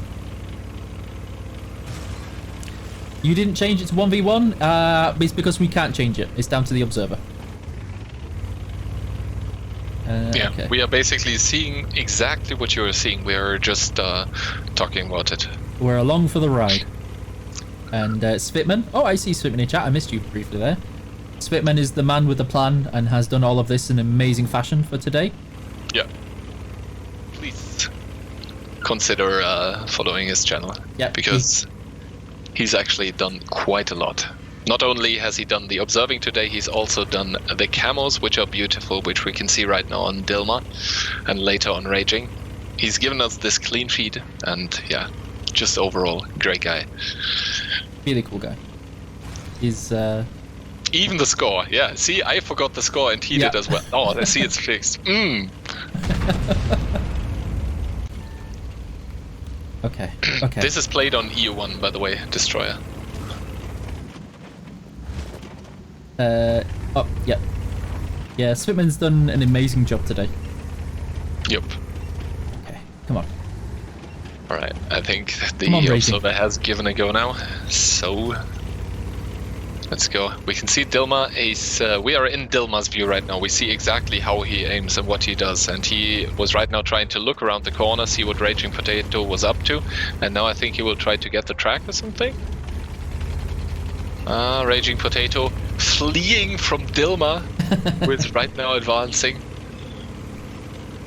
But I think brave. Dilma should get him now. This is brave. Oh, actually gets the first shot. Oh, wow, nice connection there. Over 500 damage by Dilma just because he gets to shoot onto the engine deck with a nice flick shot. Raging Potato realizing he may have not done the right thing to start this off with. And he starts driving onto Dilma.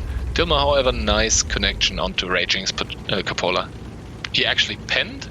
I was surprised he was showing his butt as well. I would be super curious as to where he penned though. The middle part of the engine deck is actually a little higher, so he maybe penned where it goes higher. Mm-hmm. That is, yeah, well played to Dilma. And yeah, Raging now obviously desperately having to try to claw back into this one. If he pushes Dilma back onto it, he has to be careful because Dilma could go for another pen somewhere. But yeah, Raging, I'm not sure what he was trying to do there, running away. It's almost like Dilma was asking, why are you running? This is interesting. I think he was trying to go up onto the rubble to be able to shoot the hull roof more easily. However, Raging having none of it, actually retaliating with more damage at this shot than Dilma did in his last shot, but still being down like 300 HP, because Raging is actually now down to 600 HP, Dilma down to 1260. So there we go, Raging with another nice shot, but the advantage remains for Dilma. Dilma, if he does well, he can finish this one off in 2 shots. You can see he's trying to find that little connection. However, he does shoot and doesn't find any damage. Raging now, clawing it back slowly. 786 only for Dilma anymore. Dilma, is he in trouble? We'll see after this next shot coming in 1 second. He is reloaded and he actually hits the gun. I'm not sure, but he did quite a lot of damage, a hefty amount. Raging Potato down to 343 with the next shot in his gun, hitting Dilma. Obviously, the Type 5 is not that hard to hit, actually, at that distance, even with a dirt gun. But there we go, Dilma with another shot, putting Raging down to 85, and he needs to make some magic happen now. He's on a 1-shot, and he didn't connect that one. This might spell defeat. This might spell a terrible ending for Raging, as Dilma is almost reloaded. He goes for the last shot of this match. You can see Raging desperately trying to hold his gun there, but it didn't work. Dilma picking this game up and clawing the victory back with the skillful display, the passionate penetration there in the last match from Type 5 onto Type 5. And yeah, congrats to Dilma. So, Raging letting us down at the end, but a valiant effort nonetheless. I call that a EU win on the match basis, right? Yeah, based on the matches. I mean, in the 1v1s, I see Oil winning twice and Inbil winning 1, 2, 3, 4, 5.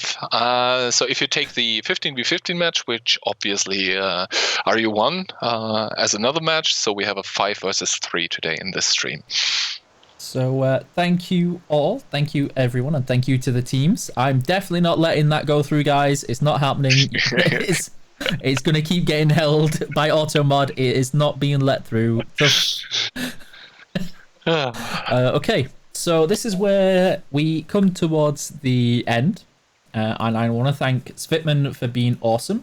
I want to thank all of our casters that have helped out today, casting this and going through all of the channels. Thanks to Svitman providing this clean feed. I want to thank Keyhand for providing the game technical and tactical expertise and casting through these games. And getting all dressed up for the occasion. Hopefully we can do this again. Now we've figured out a couple of the technical issues and I've managed to tweak a couple of things so it doesn't look too bad. We're going to choose somebody to raid now before French HR shout at me for working this late on a Sunday. Okay, so I need to exit this. Do you have anybody you would like to see me try and raid? Keyhand. I'm going to leave this to you because we don't get to do this often, so... Maybe host Kaizu. He's also playing World of Tanks right now.